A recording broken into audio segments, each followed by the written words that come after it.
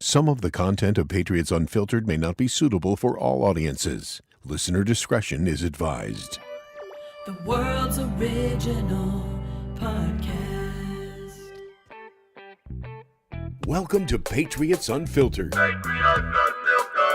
People love the media on media stuff. Well, it's really funny because I'm here for it. it's hilarious that Rappaport they're just gonna like get ran it. and called security. Was Jordan Schultz gonna physically fight him? Well, he did in say a that. He said, we're Starbucks? going to have a problem. They were at Starbucks, so you can't actually have a physical confrontation. They got to go to Dunks today. Right. The most that can happen at Starbucks, you might get a croissant thrown at you.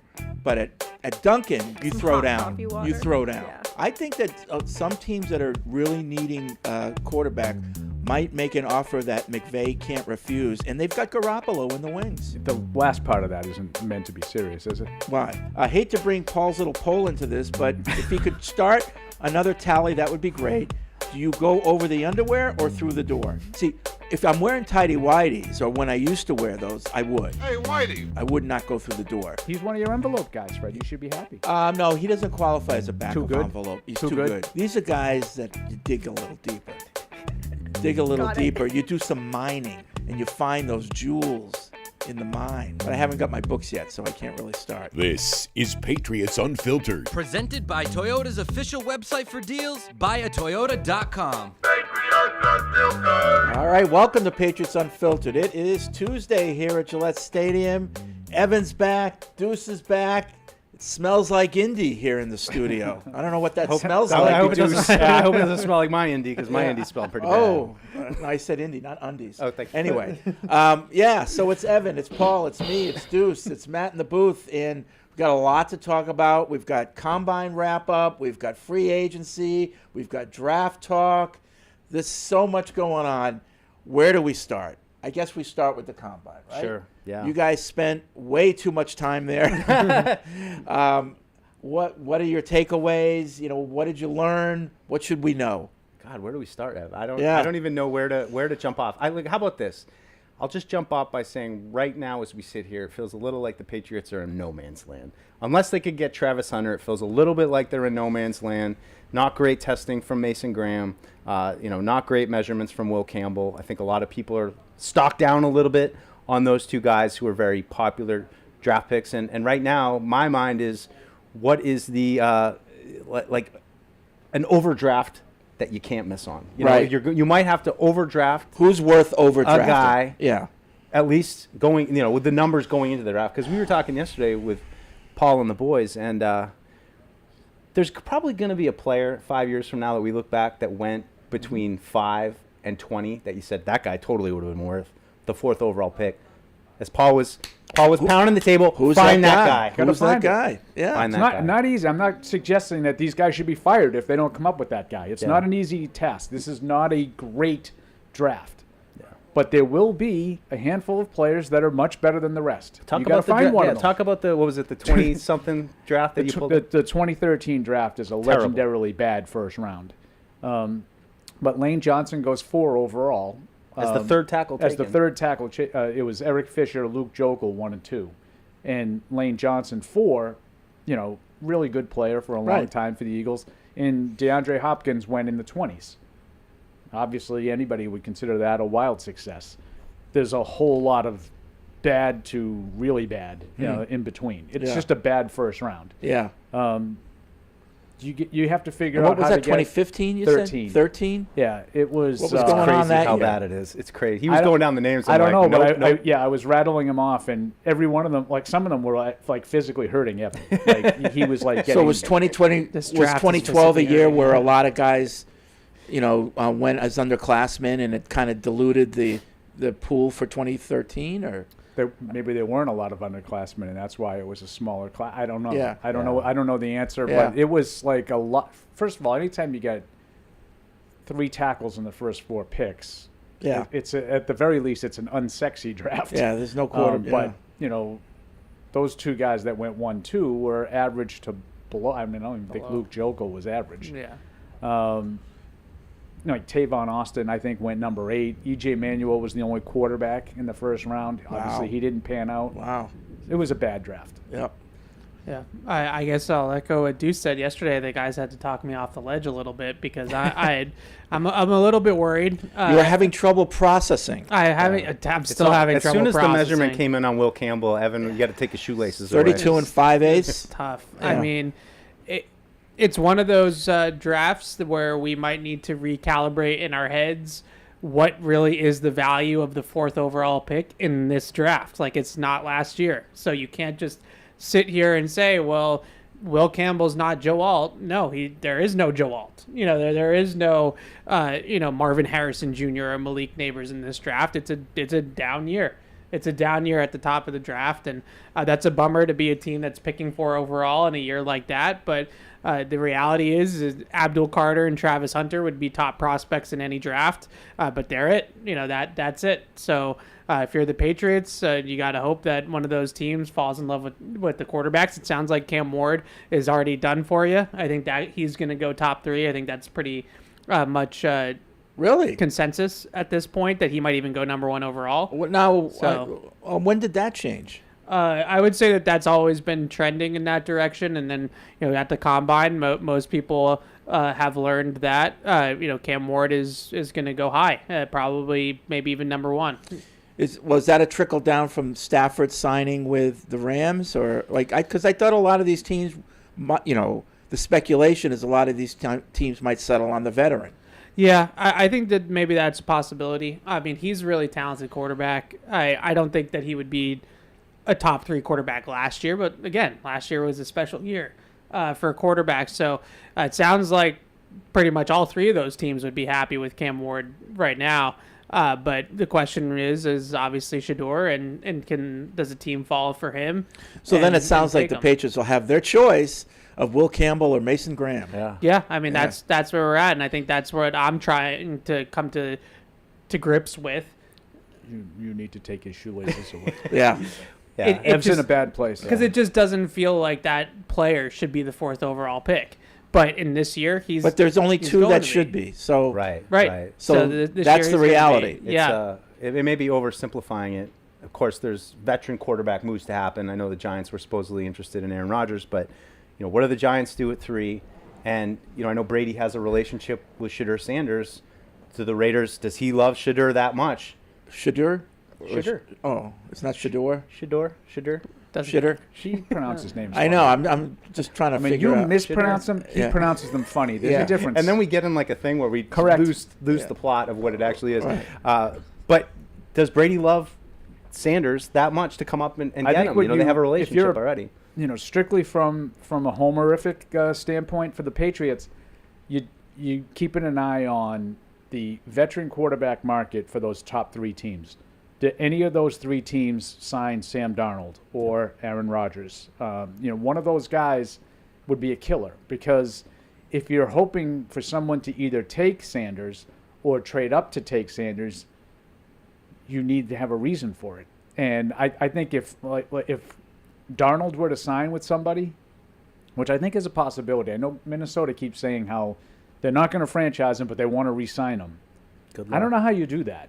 I don't know how you give him the money that he's going to want and probably deserves based on the year he Yeah, had. you got to convince them that we're going to make you the best offer. You're not going to do better than us. So if if Darnold signs with the Giants or Cleveland, why then? They want to take Abdul Carter now or Travis Hunter. I don't want to trade down. I have my quarterback that's a veteran. I don't want to trade down. I want to take the 1 or 2 sure things, quote unquote, that we think are available. I think that lessens the trade market. Yeah.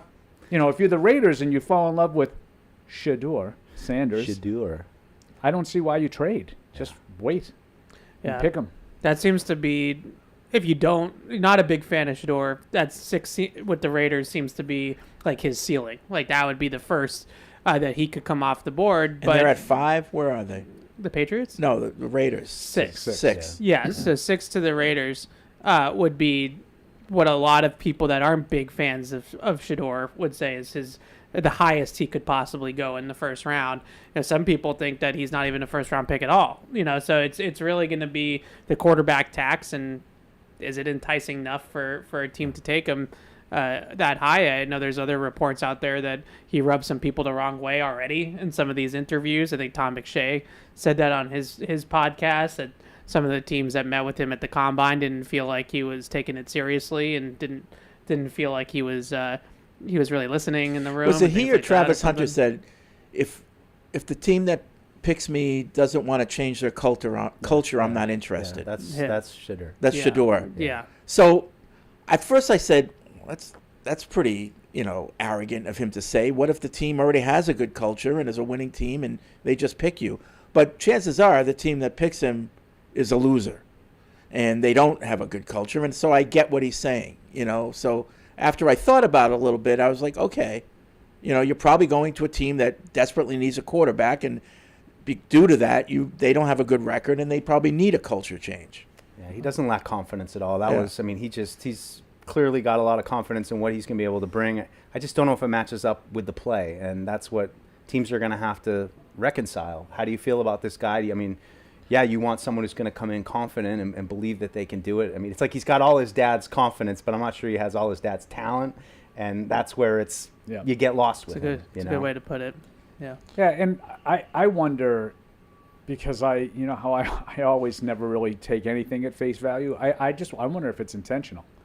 Now, I do think he's probably brash by nature. How can you not be when you're Deion's son? Right. But I wonder if it's intentional. And we've heard a lot, in order to knock himself down. I don't want to get taken by Tennessee. I don't want to get taken by Cleveland or whatever. I don't know which teams that he does or doesn't want to be drafted by, but I wonder if maybe he sort of intentionally shot his shot and tried to discourage some teams from taking him. I don't have any inside knowledge of that, but I see. I looked at it as kind of the opposite, because if you're going to take a guy like him, it's about the intangibles. Like, he doesn't have the talent on paper. That's what everyone says. To be a top 5 pick, but he's got the bravado. He's got the juice. And so I think that in order to show that, I think he went into the combine and acted like his dad, and showed that he's got that Sanders aura about him. And I think that's what you're hoping for. So we say that he doesn't really have the top-end talent as a quarterback. So why was he ever mentioned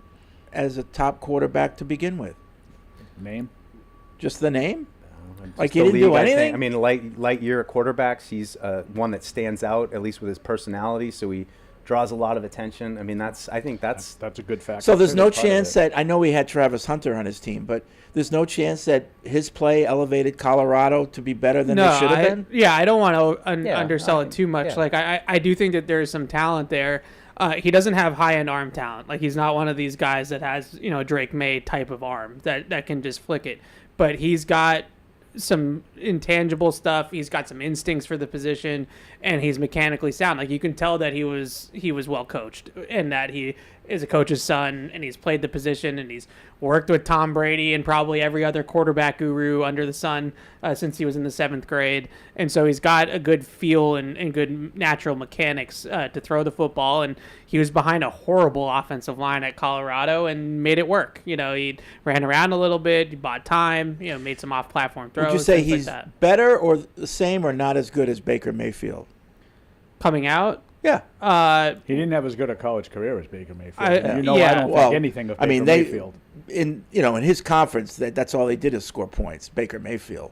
Yeah. Yeah, I would say a little bit worse coming out. Like, I think that he, talent-wise, like, he's in probably a similar sphere as, like, Bo Nix and, some of those quarterbacks that went, in the teens last year. If he was in that J.J. McCarthy, Michael Penix, Bo Nix tier of quarterbacks, I don't know where he would be exactly, but he's probably in that cluster somewhere. Okay, so he's not he's not terrible. I don't know I don't think he's a terrible player. I think he's good. I just don't think he's great. And I think Michael Penix could end up being a really good NFL quarterback. Yeah, I think Michael Penix has far more skills than Shedeur Sanders. He's got a better arm for sure. I forget who said this. I heard someone over the weekend just talking about Sanders, and they said, like, he doesn't, to go like the scouting jargon, he doesn't have a plus anything from a physical standpoint. He's not fast. He's not overly quick. He holds the ball too long. He doesn't have a great arm. But what he makes up for is the stuff that Evan was talking about when we first started this, about his intangibles. Like, his teammates love him. He's a good leader. He's got a really high level of competitiveness to him. That's supposedly where he makes up for sort of an average skill set. Now, he's not bad at those things. I've watched him play many times. Yeah, he he's not seems to have a pretty good highlight reel. He's not a stiff. Yeah. Now, they don't, I mean, the whole win, they didn't win. They didn't win very much with him. They were sort of an average team the 2 years that he was in Colorado. I mean, one of them, they were a flat-out bad team. This year, they were a little bit better. I'm intrigued by him, but he's not overly big. He's not overly fast. Right. Like, I wonder about him, but I say a lot of the same things about Baker Mayfield. When he was coming out, I didn't understand it. I didn't understand the first, because he just wasn't, to me, a plus athlete. Yeah. He looks like he's coming into his own. He's a pretty good player. You know, so I don't know. I think he could do worse than Baker Mayfield. Yeah, watching him at the podium, I felt a little polarizing. Like, I can imagine people are like, I don't like the overconfidence and just the cockiness that, you know, he came off with. But I think it might be enticing to some of these teams who are so quarterback needy and, well, can we afford to miss on this kid? Like, clearly he's got the pedigree and he believes in himself. I could see some teams kind of talking Maybe themselves that into irrational him. confidence helps him. Yeah. Like Yeah. it does. I think it definitely does with Mayfield. Yeah. Is the fact that his dad is Deion Sanders hurting him at this point? Like, because you're taking. You guys hear anything? I mean, I'm no, dead no, serious. but You guys hear any of no, that but I would kinda just say, like, stuff? like, I would look at his cockiness in a little different light if he wasn't Deion Sanders' son. You know, like, it's almost, you assume that he should have this overwhelming confidence because that's who his dad is. That's who his coach has been. I'm just thinking in terms of, we take this guy and we got to deal with the tweets, or we got to deal with him talking about us, and I think that's Yeah, fair. I would wonder if it's not going well. Like let's put the Patriot situation last year with the lack of protection. right. Is Dion in the middle of protect October my boy. saying, like, what are they doing? Right. Yeah. Do these guys even have any idea what protection looks like? Right. I mean, You know? just ask him. Like, Colorado wasn't And it was an you issue didn't get because him he any was protection. constantly pointing his fingers at his offensive line. Yeah, Right? yeah. That's part of the Yeah. Shedeur Sanders package was they Yeah. can't protect me. Yeah. Yeah, I don't know. I actually, the question that I heard more of at the combine was, do people upstairs push some of these front offices to consider Shedeur because of the marketing and because of the interest in the team that it is going to bring Cowboys. to the Giants, to Yeah. Vegas. Yeah. You know, some of these teams that could use a little bit, you know, obviously Vegas is one of those teams that could desperately use some eyeballs on that program for whatever reason. So we're talking about Sanders because we're hoping that some team takes him in the top 3.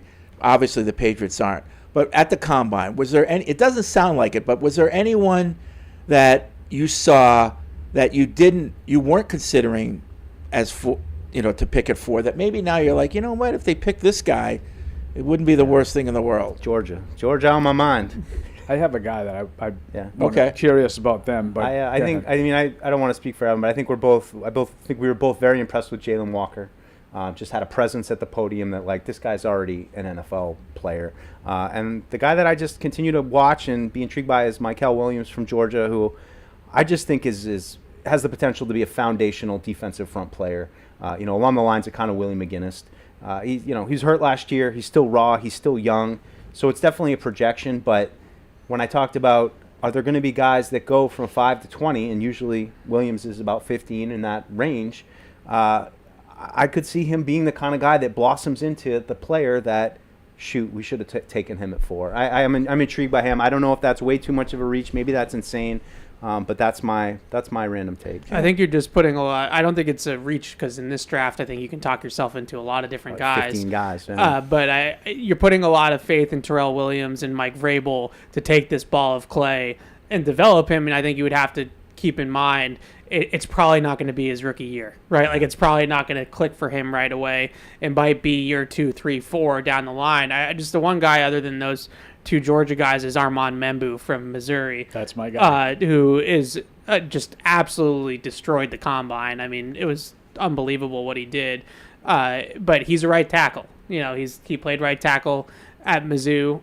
We need one of those too. But he's extremely athletic.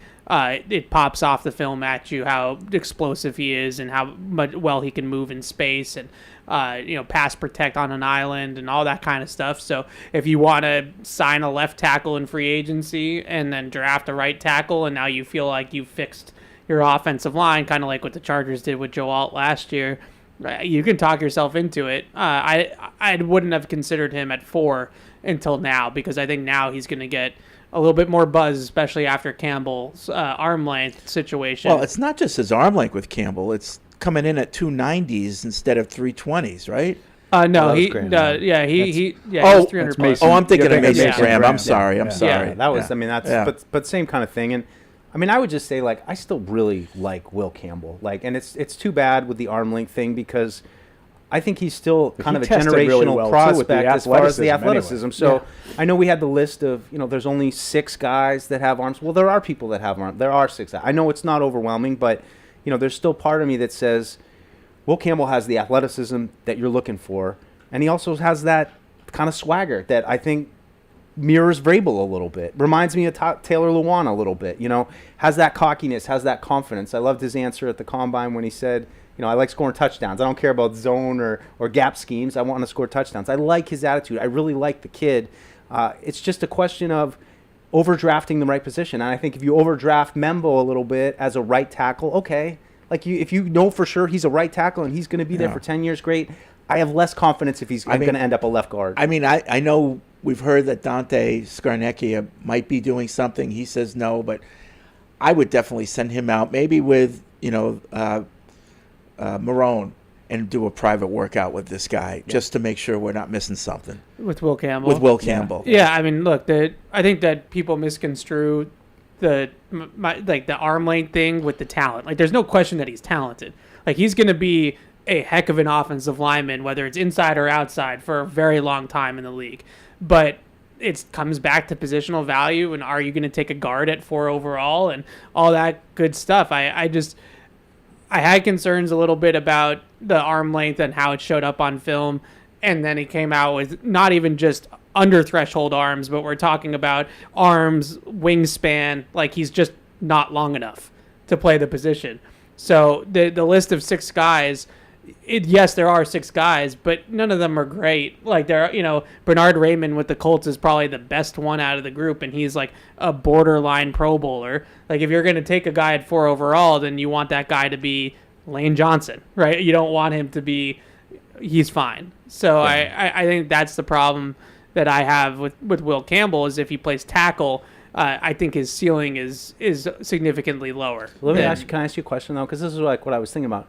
Do any of those guys, do you think, have the level of athleticism that Will Campbell has? Like Bernard Raymond, I know he was rough coming out from Germany and stuff, but that's the thing I find myself thinking, like, is he more athletic than any of those 6 guys? Athletic enough to overcome the lack of length? I can't totally write him off just yet. I just would be stunned if he ends up being a tackle based on those numbers. I don't know. I've said this a million times.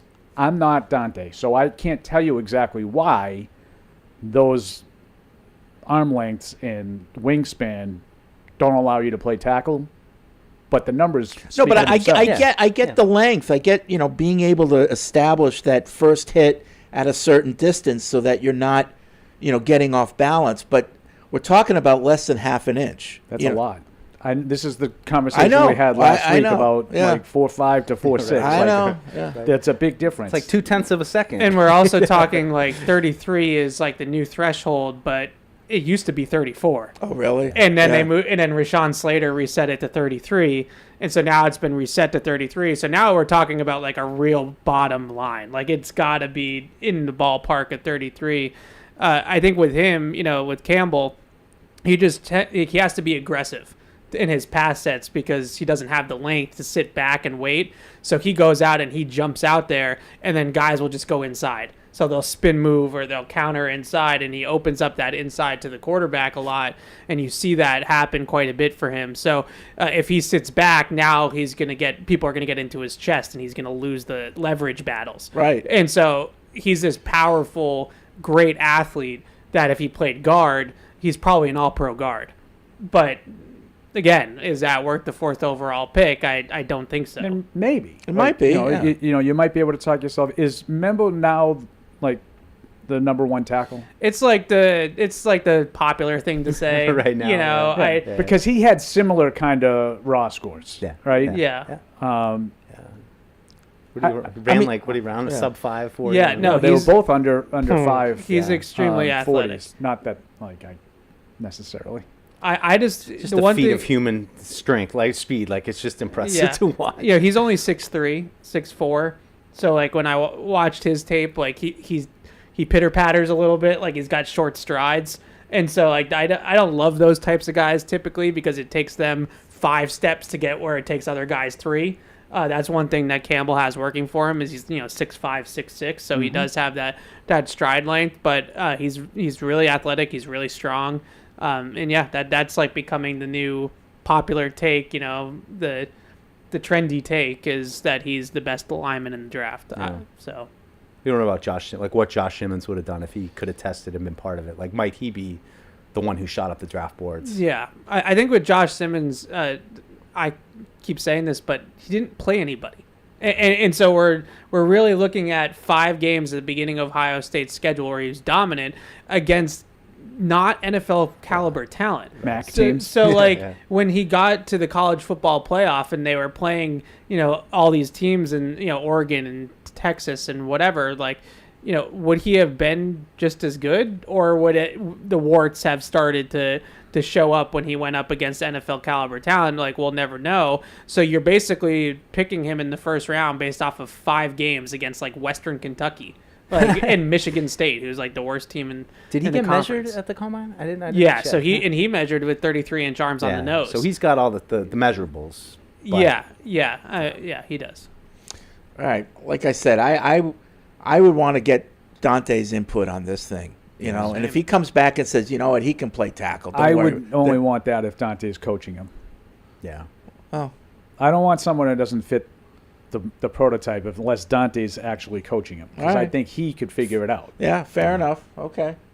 All right. Which I think feeds into I think Dante had a quote like last month, he wouldn't draft an offensive lineman that high. I was like, yeah, because you're coaching him. You're going to be able to develop guys. Like, some of us, we just need to get talent that can, has some degree of safety to it. Who was the Mike Mamula of this combine? Oh, jeez. You don't know who Mike Might be Mamula an is? Embo guy. Average guy who blew up the combine with their yeah. testing. Average guy that blew up the combine. I know the opposite of Mike Mamula was the Tez Walker. Oh, Tez Johnson. Yeah. Tez Johnson. Tez sorry. So- Tez Johnson. so Tez That's the little Johnson, guy from Oregon. who everyone that thought weighs- was going to run faster than 5'9", 156 but he weighs pounds. about 120 pounds. And he redeemed ran a himself. 4.6? 4.51. 4.51? He redeemed himself. Yeah. He ran a fantastic agilities 3-cone short shuttle.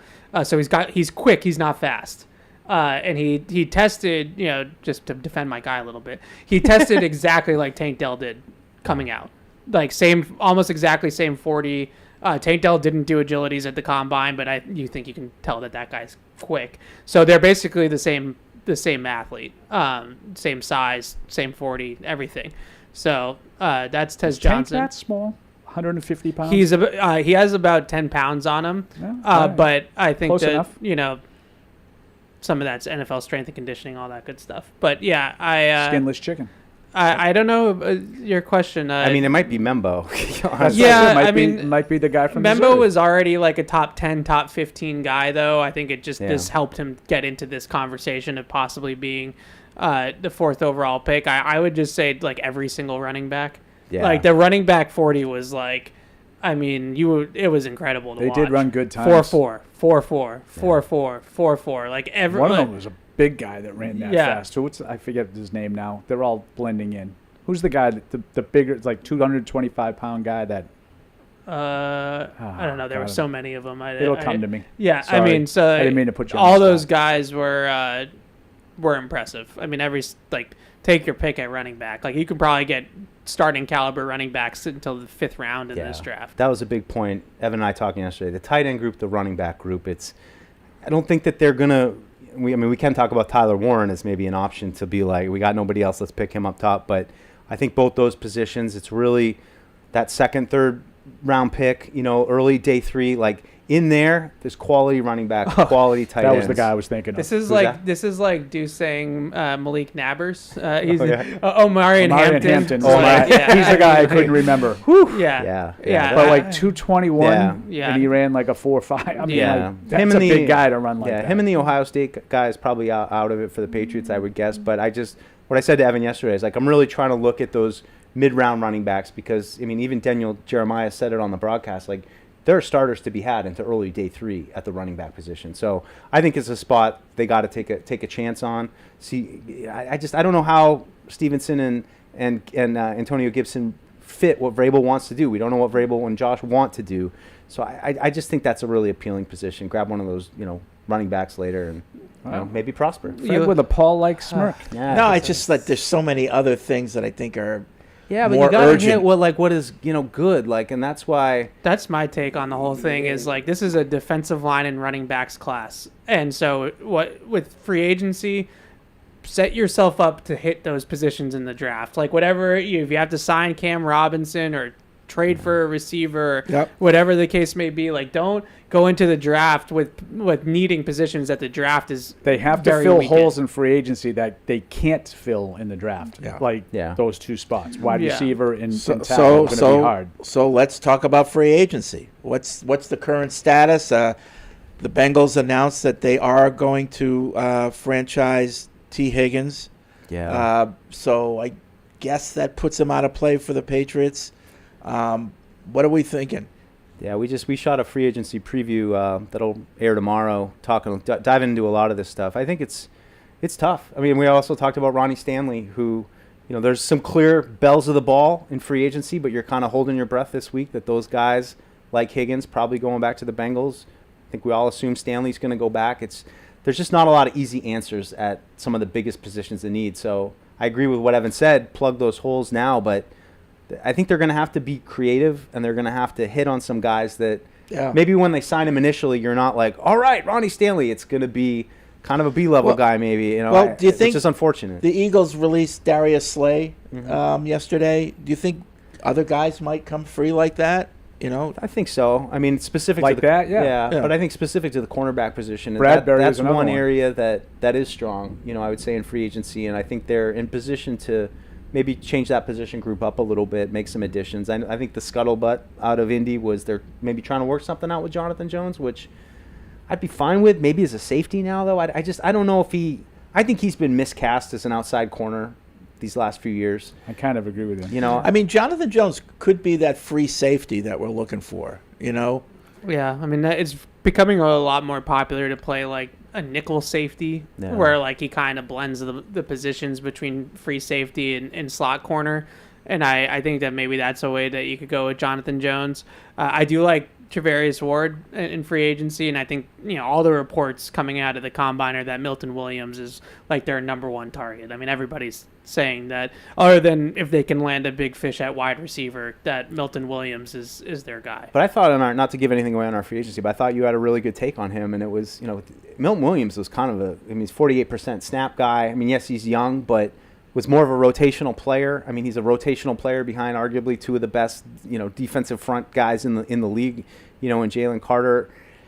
I don't know. I mean, I'm all for signing that position. I think they need to remake that position, but I also think that there's a little bit of buyer beware with Milt Williams. And is he going to be an every down player for you? What are you going to pay him like? Is he going to be able to deliver on that contract, or is he going to be somewhat redundant to what Barmore was before Barmore really emerged 2 years ago as an every down player? Yeah, I'm always wary of the guys that were like the guy getting all the single blocks because Jalen Carter's got 3 guys on him, and Milton Williams is just one-on-one with the left guard. And it's like, just that always worries me a little bit. And you come off the Super Bowl, like how you just won a Super Bowl. So like you just won a Super Bowl. He's gonna get paid. You just got paid.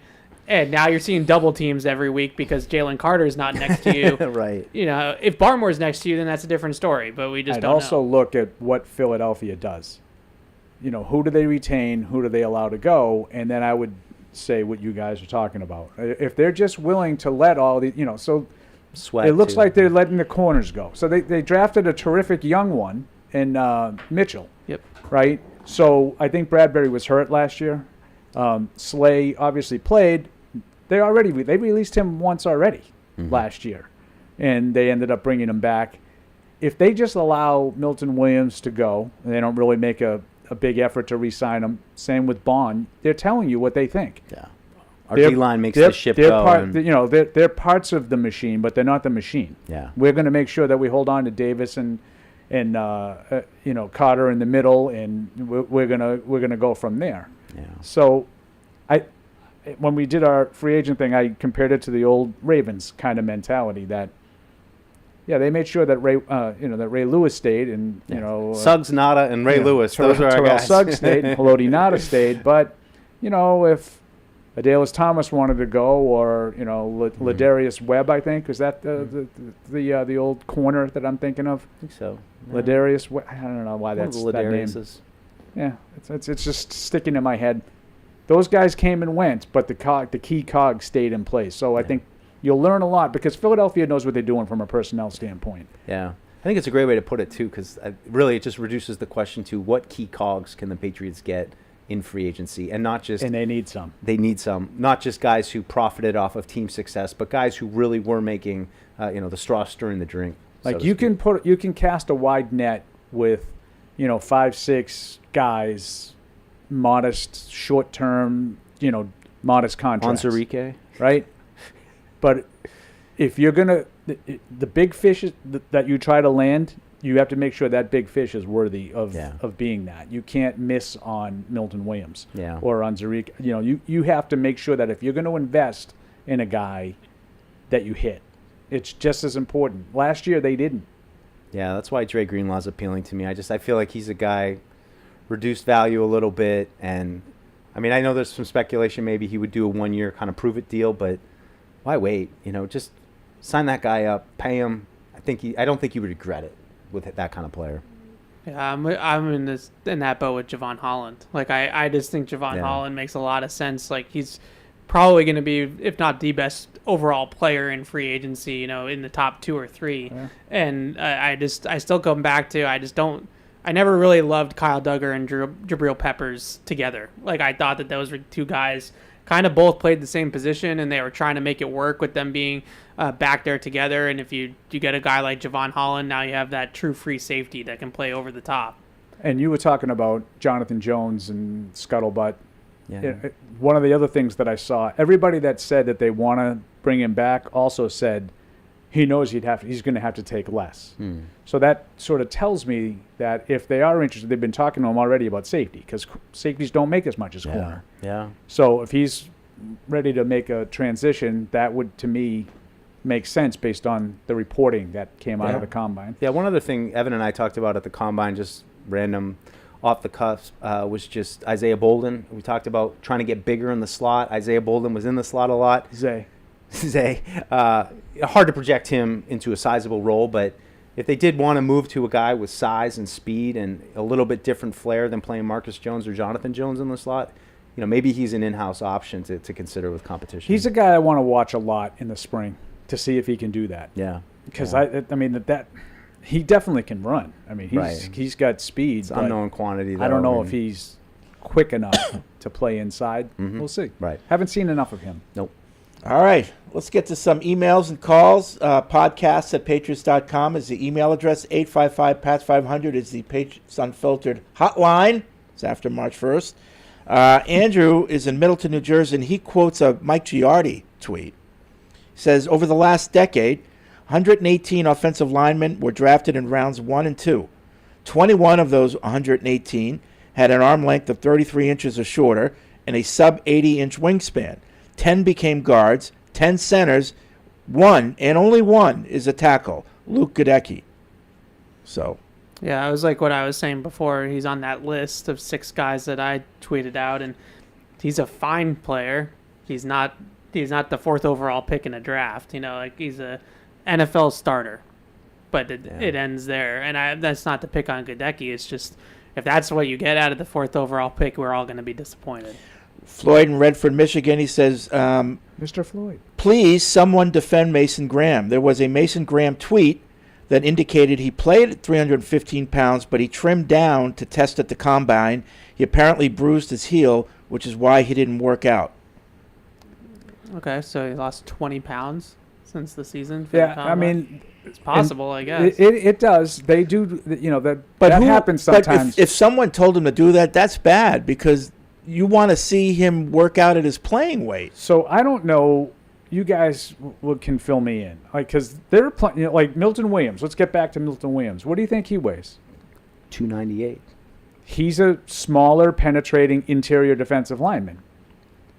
So I'm not out on Mason Graham because he weighed 296 or whatever he did at the combine.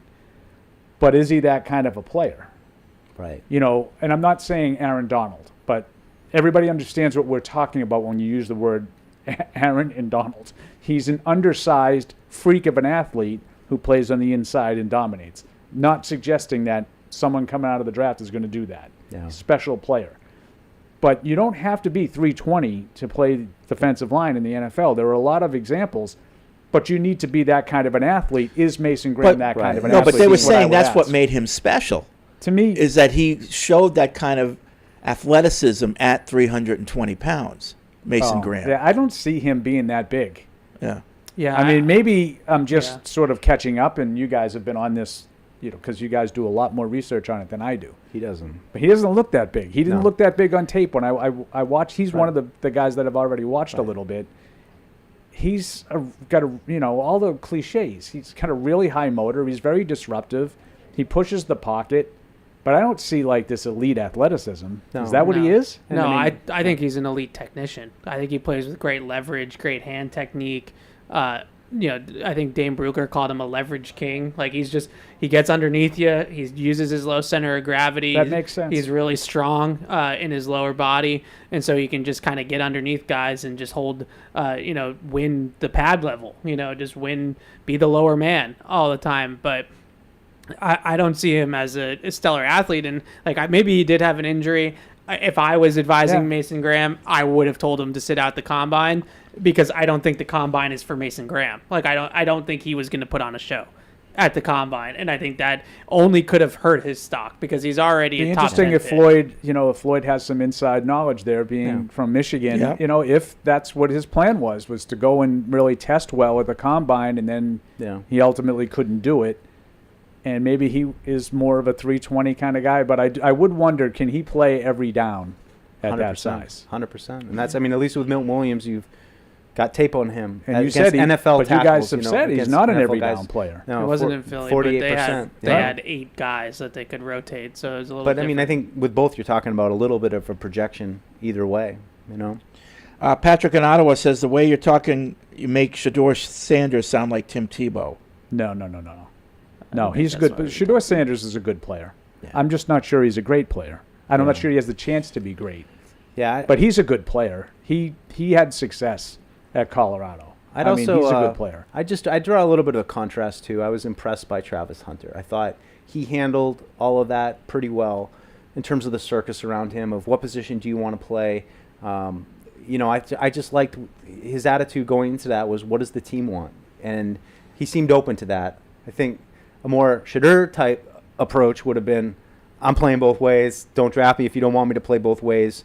But I think he was open and reserved, quiet. He's another guy at the combine, like the all podium team, I think, where, for good reason. Obviously the guy is insanely talented, but just had that confidence. And I think anytime a player wears like big glasses, they're like, all right, this guy, he knows he can play. He doesn't even care. He's going up there in Coke bottle glasses. Like, what's it? He gets fixated on. No, I'm blanking on the Georgia guy that went to Philly, the edge guy, the undersized edge guy. Nolan Smith. Same thing. Like, walks up there with these big glasses on and like, oh, dude, like this guy knows he can play. Yeah, I was shocked by how many people have Travis Hunter as a wide receiver. Like, I thought I was kind of on an island with that, but Cleveland seems to think I would he's a say wide it's receiver. like at worst 50-50 and might even be more tilting towards wide receiver. And I just think that it's just a more valuable position to teams. And if he can be a number 1 wide receiver, it's more valuable to us than him being a number 1 corner. Yeah. Bill in Vista, California, any thoughts on the reported rumors about the Patriots possibly trading for Ayuk? There were a Fan X report in addition to Jordan Schultz saying the Patriots were planning on being aggressive at attaining a wide receiver. That and the 49ers are open to trading him.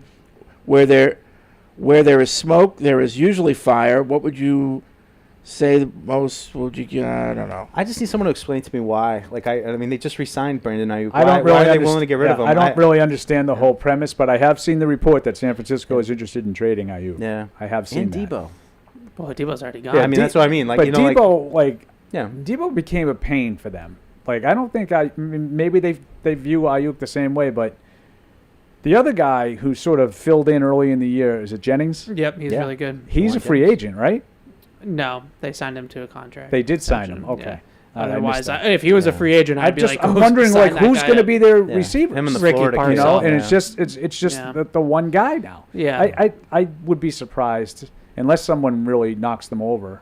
Like, what went wrong though? I haven't seen. He got hurt. An experience, but like, Yeah. But I mean, he tore his like, you just ACL. signed him I mean, to a not huge like- deal, right? Like, Yeah, he tore his ACL in October. Kendrick Bourne. like, that's it. We're out. Forget It's it. obviously Never mind. different. People heal differently, but Kendrick Bourne tore his ACL in October 2 years ago and missed a lot of the season last year. And Started on PUP. Yeah, Yeah. and really wasn't the same guy Yeah. for all of last year. So you're really, if you're trading for Ayuk, you're trading for 2026. I would think, like thinking that he's going to get it all the way back the year removed from the ACL. At most, like, you're giving him one of your third round picks. If like, why would you do any more than that? I But don't get I'd that be one interested. I'd be interested in the move. I'm not sure I understand why San Francisco wants to trade him. That's Yeah. my question. That's all. But Yeah. I would be interested in trading for Ayuk just like I was Yeah. this Oh, time. I would. I mean, I last feel year. they have to find something creative. I mean, I'd love to see something like this, a move out of nowhere that you weren't expecting, because we've talked about the wide receiver class. It was so much focus on T. Higgins, and I think we can all talk ourselves into Godwin, but that's a little bit of a risk too.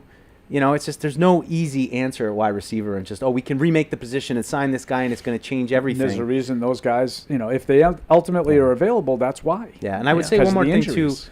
on the draft, like as bad as the wide receiver class is, I'm intrigued by a lot of the mid-round wide receivers. I think that there's some traits, some fun stuff to play with, when we get into the second and third rounds. I don't know if it'll make sense for the Patriots, but as much as we talk about Tech McMillan and this class in general not being outstanding what it's been in years past, I think that there are some guys out there that intrigue me, and I'm saying it all offseason and into now is speed. I want speed. Get some young guys with some speed. Well, then draft some questions fast with guys. size. I know. Well, that's Thanks, what Matt. I wanted to do. I Draft think some that fast some of guys. those day two wide receivers tested too well, which was like kind of a bummer for me.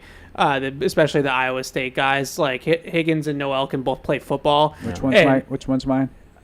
Higgins. Higgins. Higgins is you could use T. Higgins as a comp for Jaden Higgins Yeah. from Iowa State, and he had a great day at the combine, like tested way better than I expected. Ran in the 4.4s at like 6'4", 210 pounds. Like he did really well. And now him and Jalen Newell, who's the guy I like, is now both those guys are going to be like top 50 picks. Yeah. So it's like if you don't take one of those guys at 38, you're probably not getting that guy. Isaiah Bond's So- another one we both like and has some crazy speed. I mean, he said he might break the record on what he ran like a Yeah. 4.4, which is great, but still it's a Now, my other guy, Golden, he first round. Yeah. So he ran a 4.29. So I'm aware. Yeah, he can move. I don't know if he plays to 4.29. Like that might be some track. He's speed. a good player though. Very I, good. I like him. Very good route runner. Very good hands. He's a great player. He'll be a top 25 pick. my thing with him, and I said it to Evan at the combine, is like I don't know how sharp he is. I question how sharp he is. Seems a little bit. The Texas offense with and without him was night and day. Like there was, I want to say the Scatteraboo game, he left the game, the Arizona State one. Yeah, he got hurt. And that's when Texas was doing whatever it wanted for most of that game, and he got hurt, and they couldn't move. Now, sometimes that happens when you're not planning on being without a guy. It has a bigger impact on an offensive coordinator. Yep. So sometimes but he's an impact player. Yeah, we had actually real quick. We had a funny Scatteraboo moment. We were sitting at one of the tables. I think it was the last day. We were both writing, and there's like a curtain right here, that separates the two sides, and it was just all of a sudden like the curtain parted, and Scatteraboo just like walks in and like looks right at us. I heard Perillo was here. He likes me. How did he test?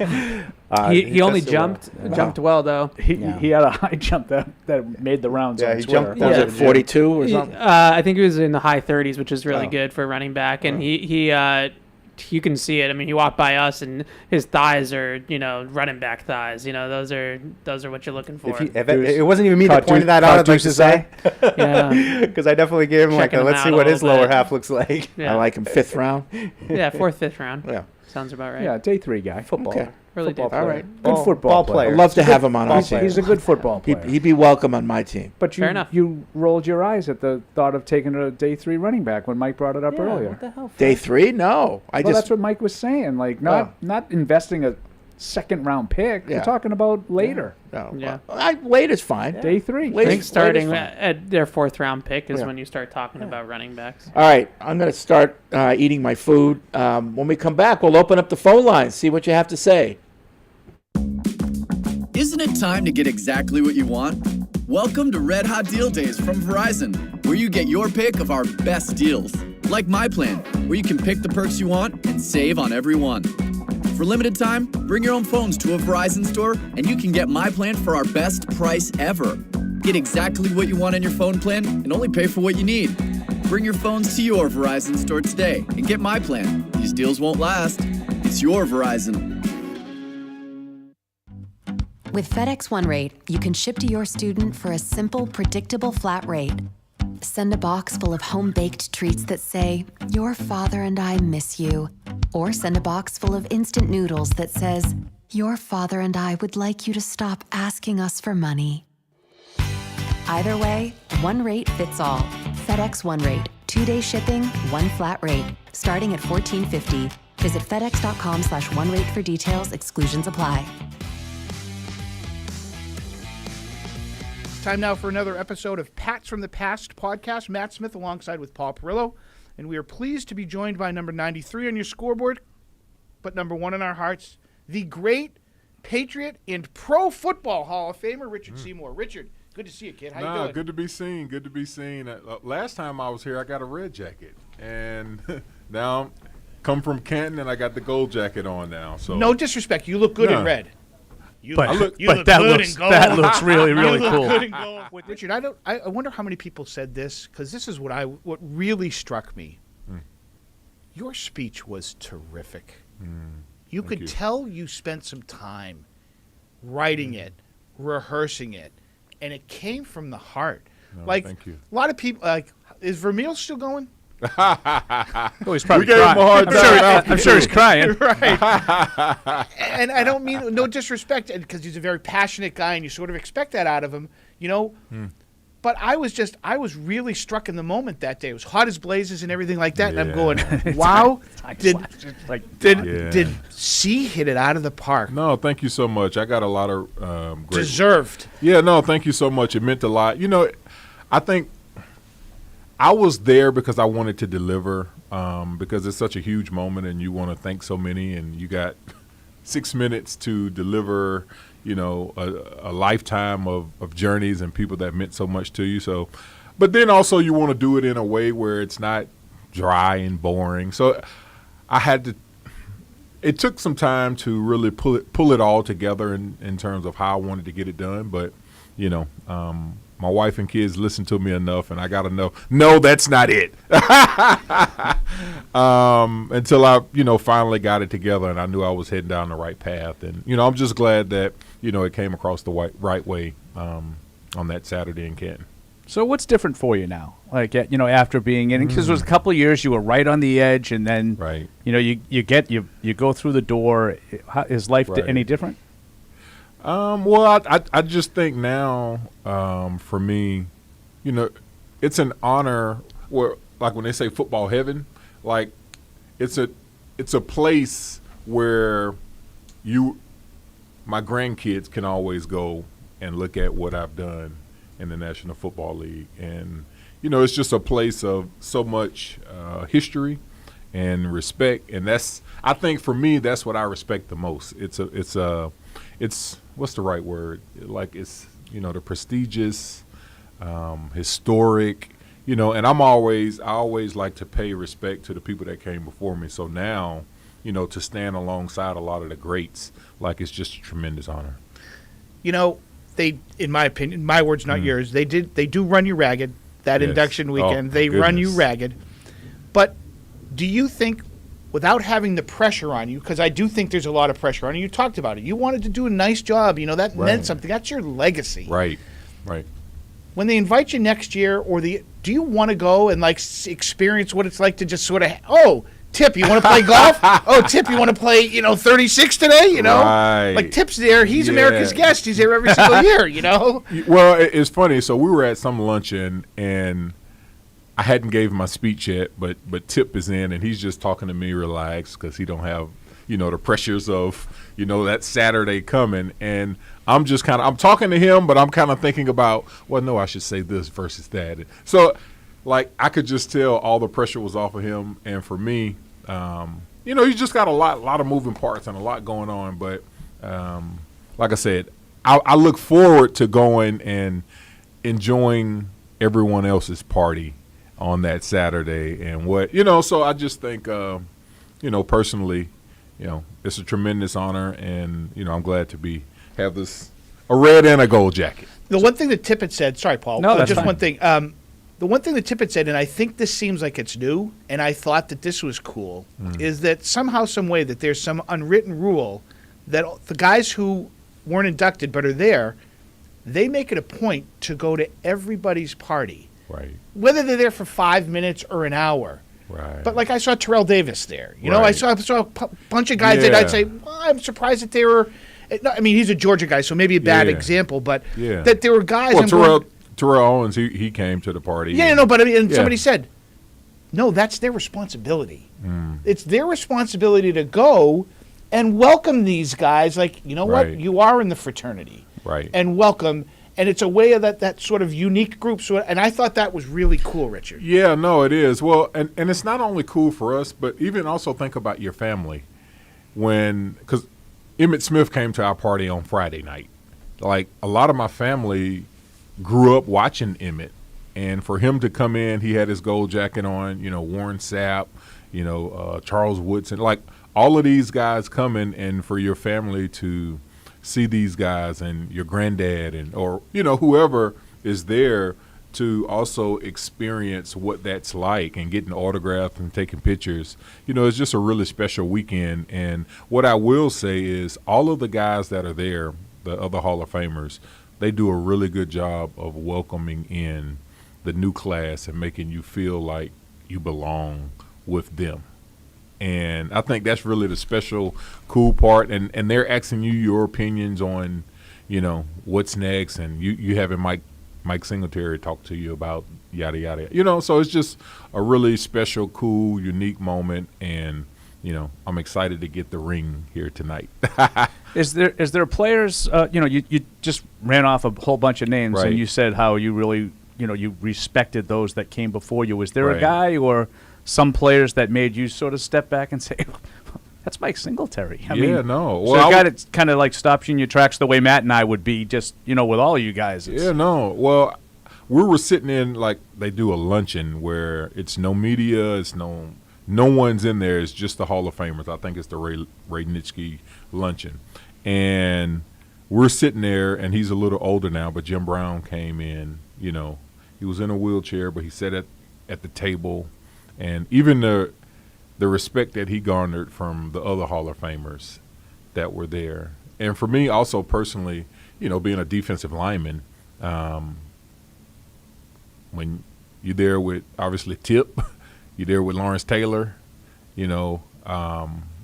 obviously he's passed and gone, but, you think about Reggie White, what he meant. All of these guys are just, phenomenal world-class players. And, just to sit and, share stories, with a lot of those guys, I mean, it's just, it's a Lifetime Achievement Award, honestly.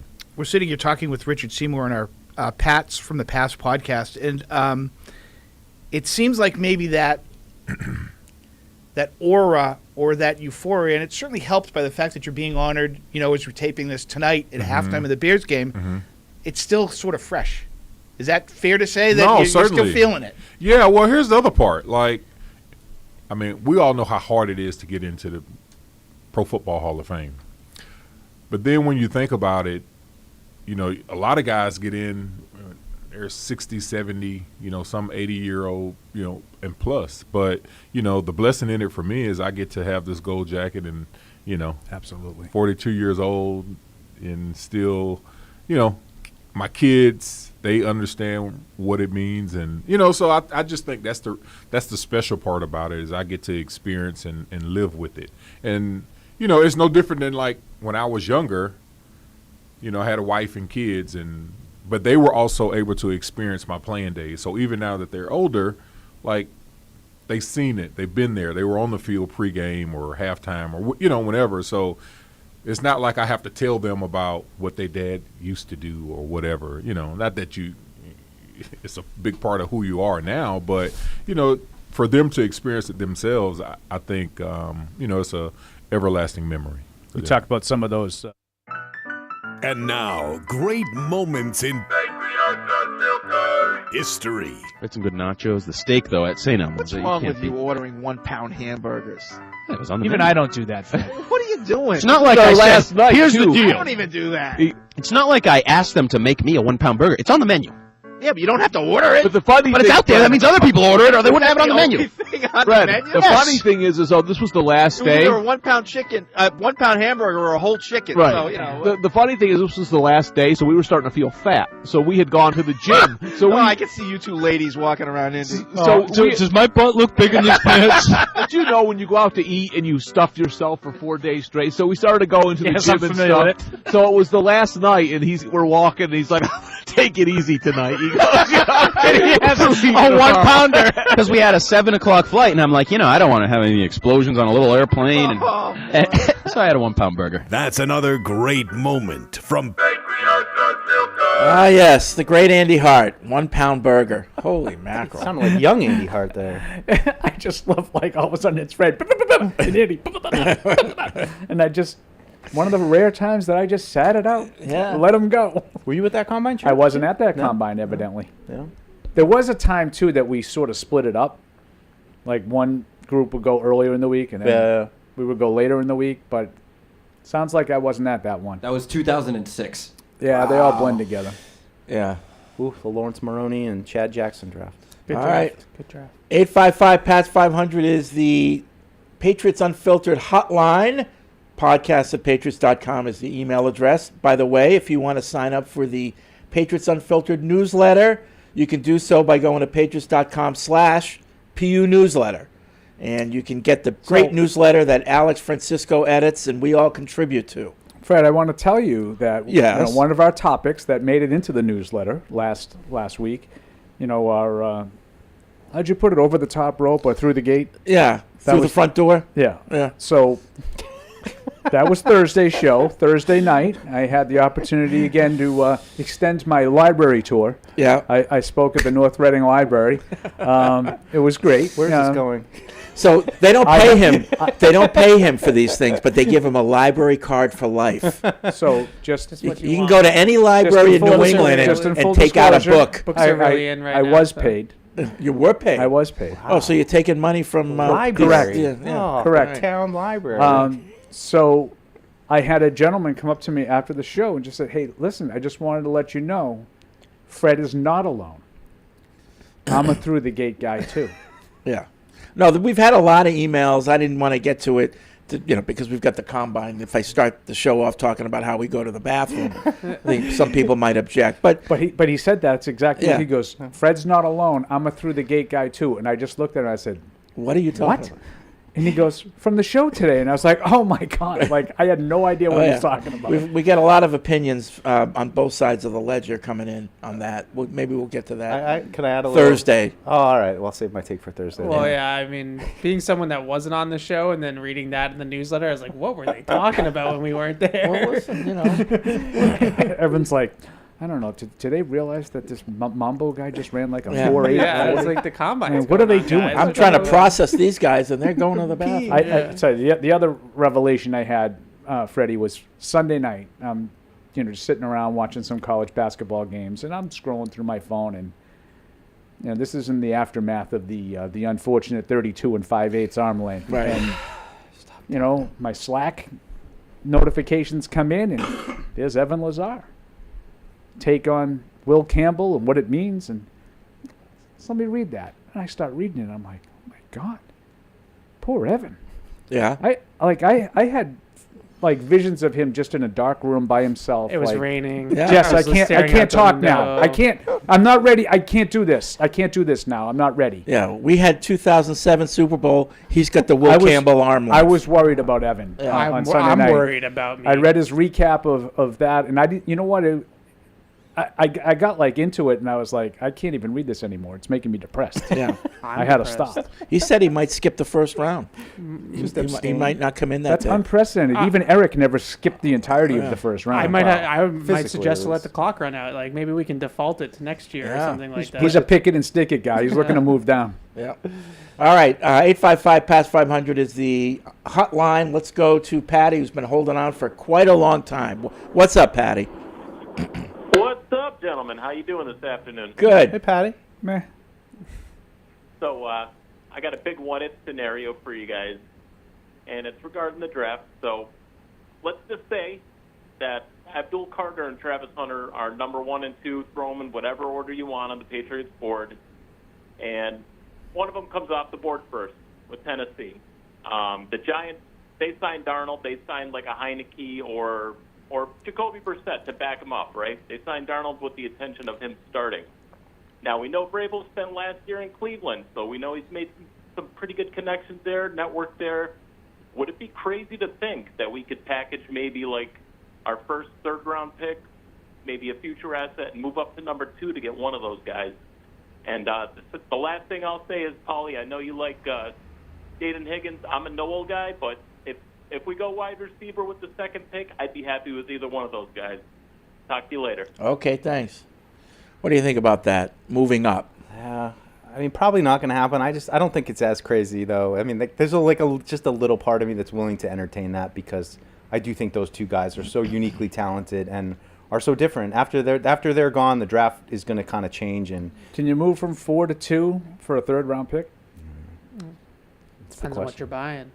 No. Like what? No, I mean, no. Like, What's do you it- think? what's for sale? Now, I will say, the way this draft is being talked about, there are 2 guys. So, you might be able to make an argument that you could get it for less because the draft is weak. But if it's really only those 2 guys, Right, why am I maybe getting that that maybe up? that drives the price up. Yeah, I'm always wary of trading up for a non-quarterback. Like I don't really think that players tends to be worth all of that. But I mean, the Texans did it a couple years ago for the pass rusher. I'm breaking on his name right now. Will Anderson. Yeah, Will Anderson. That worked out. So I Well, guess I maybe mean, it can. listen, there's been plenty of people taken in the first round who would have been worth trading up for. Just at the time, you didn't know it. Right. Yeah. You know? That's the key. If we If you knew beforehand, Right. you would know who was worth it. Eddie's in L.A. Hey, Eddie. Eddie is gone. All Poor right, Eddie. we're going to go to Providence. Randy's there. What's up, Randy? Hey guys. So I mean, this draft class overall, kind of all the players have like one major flaw, right? And to that end, just thoughts on 2 players, and then I want to get you guys' reaction. Number 1, Will Campbell. I think you guys are drastically understating how much of an outlier he is.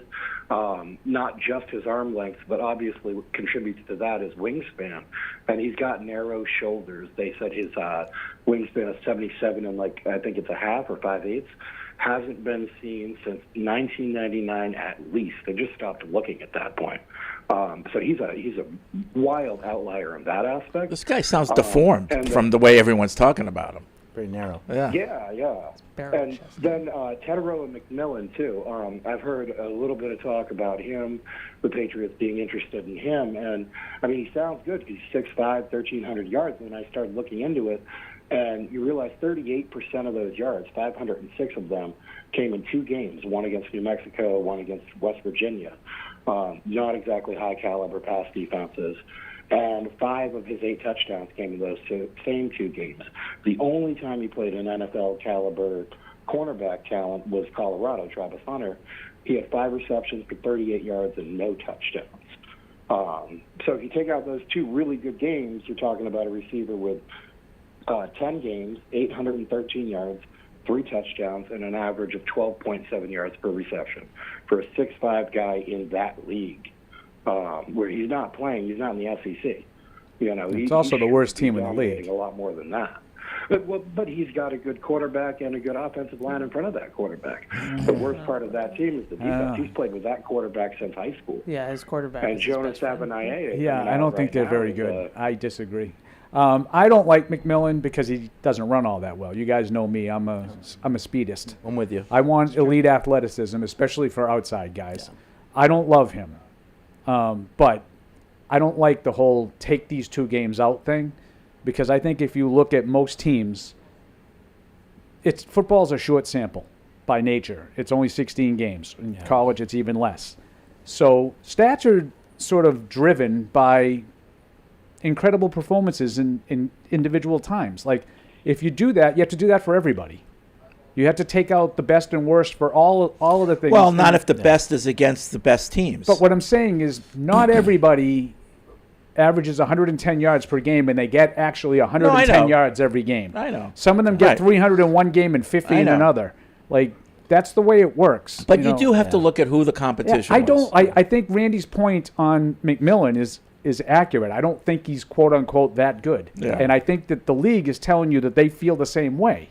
They're intrigued by the size, but the more you're hearing, the further down the first round he seems to be falling. Yeah, I mean, I think we said we understated Will Campbell. I'm like depressed over here about it. I don't know how much more I can don't think we're possibly state. understating it. I mean, like I don't know, and I agree with him. I've been saying that about Ted McMillan before the combine, and what worried me about Ted McMillan even more is that he was afraid to run at the combine, which tells me that he probably runs like I saw one guy say that means he's in the 4.7 range. Yeah. Like if he was going to run well, he would have ran. So now we're going to go to the stopwatches at his pro day, and who hell knows if that's going to be accurate. It was my theory on Will Campbell's arms. Yeah. You know, when we were talking last Thursday, I said to Fred, you'd know. Don't you think we'd know that he has long enough arms if he had long enough arms?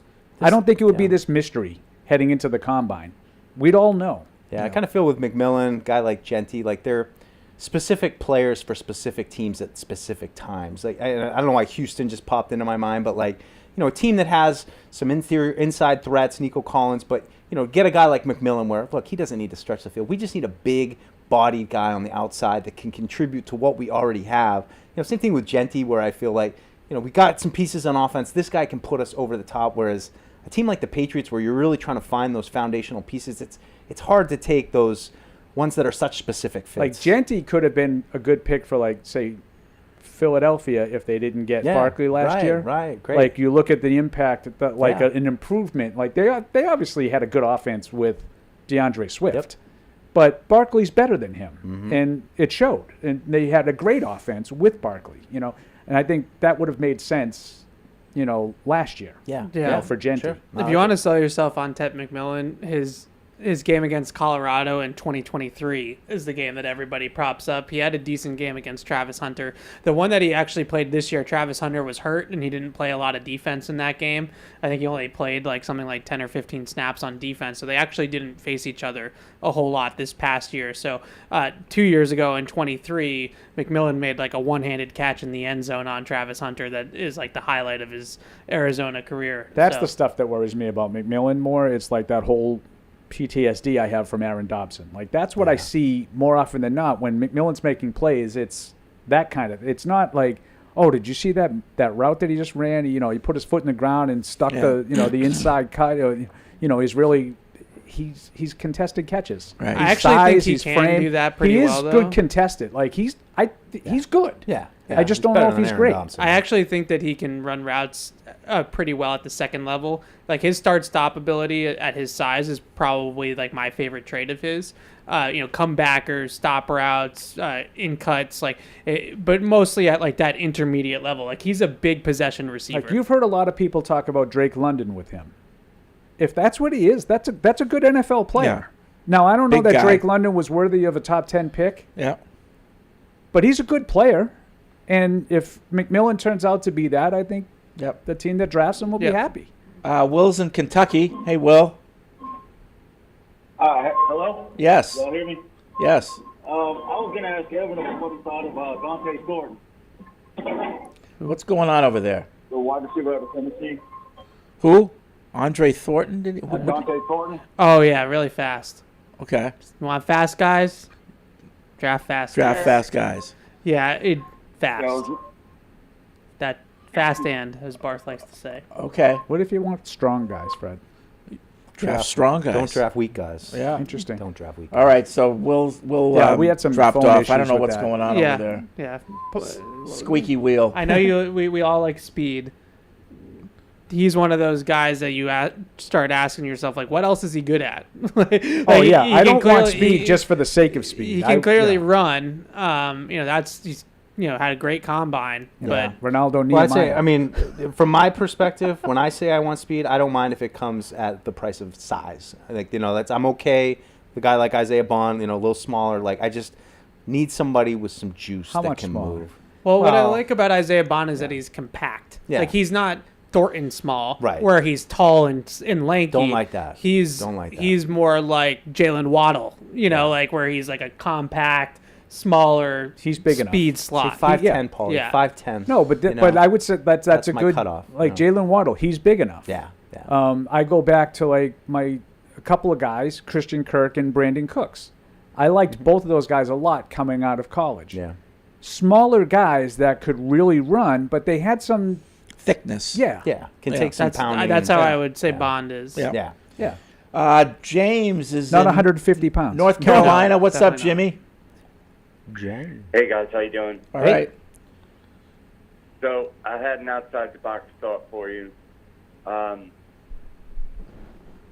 Is there anybody that you could think that we could take off the board and use immediately as an asset to trade away? As an example, take Genty, and not that you would get him for this price, but take Genty because the Cowboys want him, and trade that off in a package for CD. For who? CD Lamb. No, you couldn't do that. No, not specifically CD. That's just an example. Yeah. But nothing of any comparable value. You're not going to trade a rookie that you took in the draft for an established star. I get that. Just somebody that a team is targeting, a particular piece they need.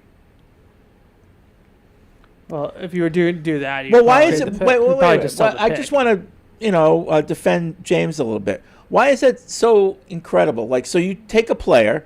Let's just say you take Will Campbell, and there's somebody else on another team that, didn't have an option to pick him because they're lower in the draft, but they have a player you like, and oh, well, that's different. Yeah, a player I like. Yeah, I can listen to that. It's like trading. I'm going to trade Micah Parsons for a first-round pick.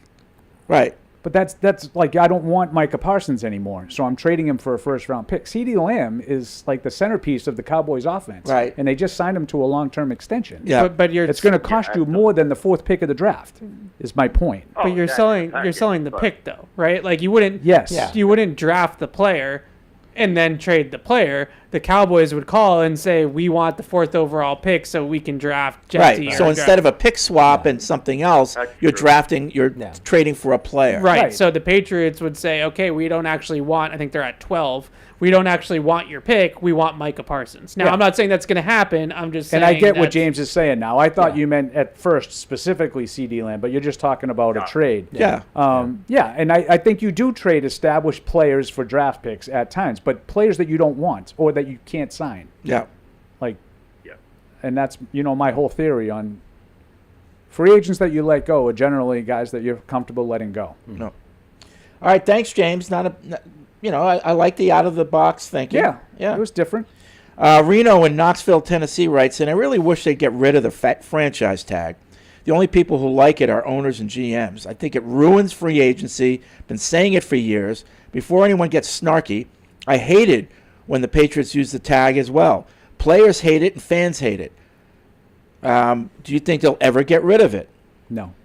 I'm 100% with him, though. I agree totally with the emailer. I think it's another in a long line of how the players get completely abused by the owners. But there's been some players who, isn't Kirk Cousins the king of the franchise tag? He can benefit and did from well it. T. from Higgins is benefiting from it right now. Yeah. Ish. I mean, but I mean, it's the not elements good for players. You got to remember the elements of the franchise tag were negotiated between the league and the Players Association. Yeah, but the Players Association loses those negotiations every Correct. time. Yeah. I just think that the franchise tag if you're the pitch to the owners, if I was the players, was if you want our free agency to truly be like the NBA or the MLB, where it's like a hot stove and there's actually real movement, that they make it into a spectacle anyways, but it would be a real spectacle if everybody hits free agency.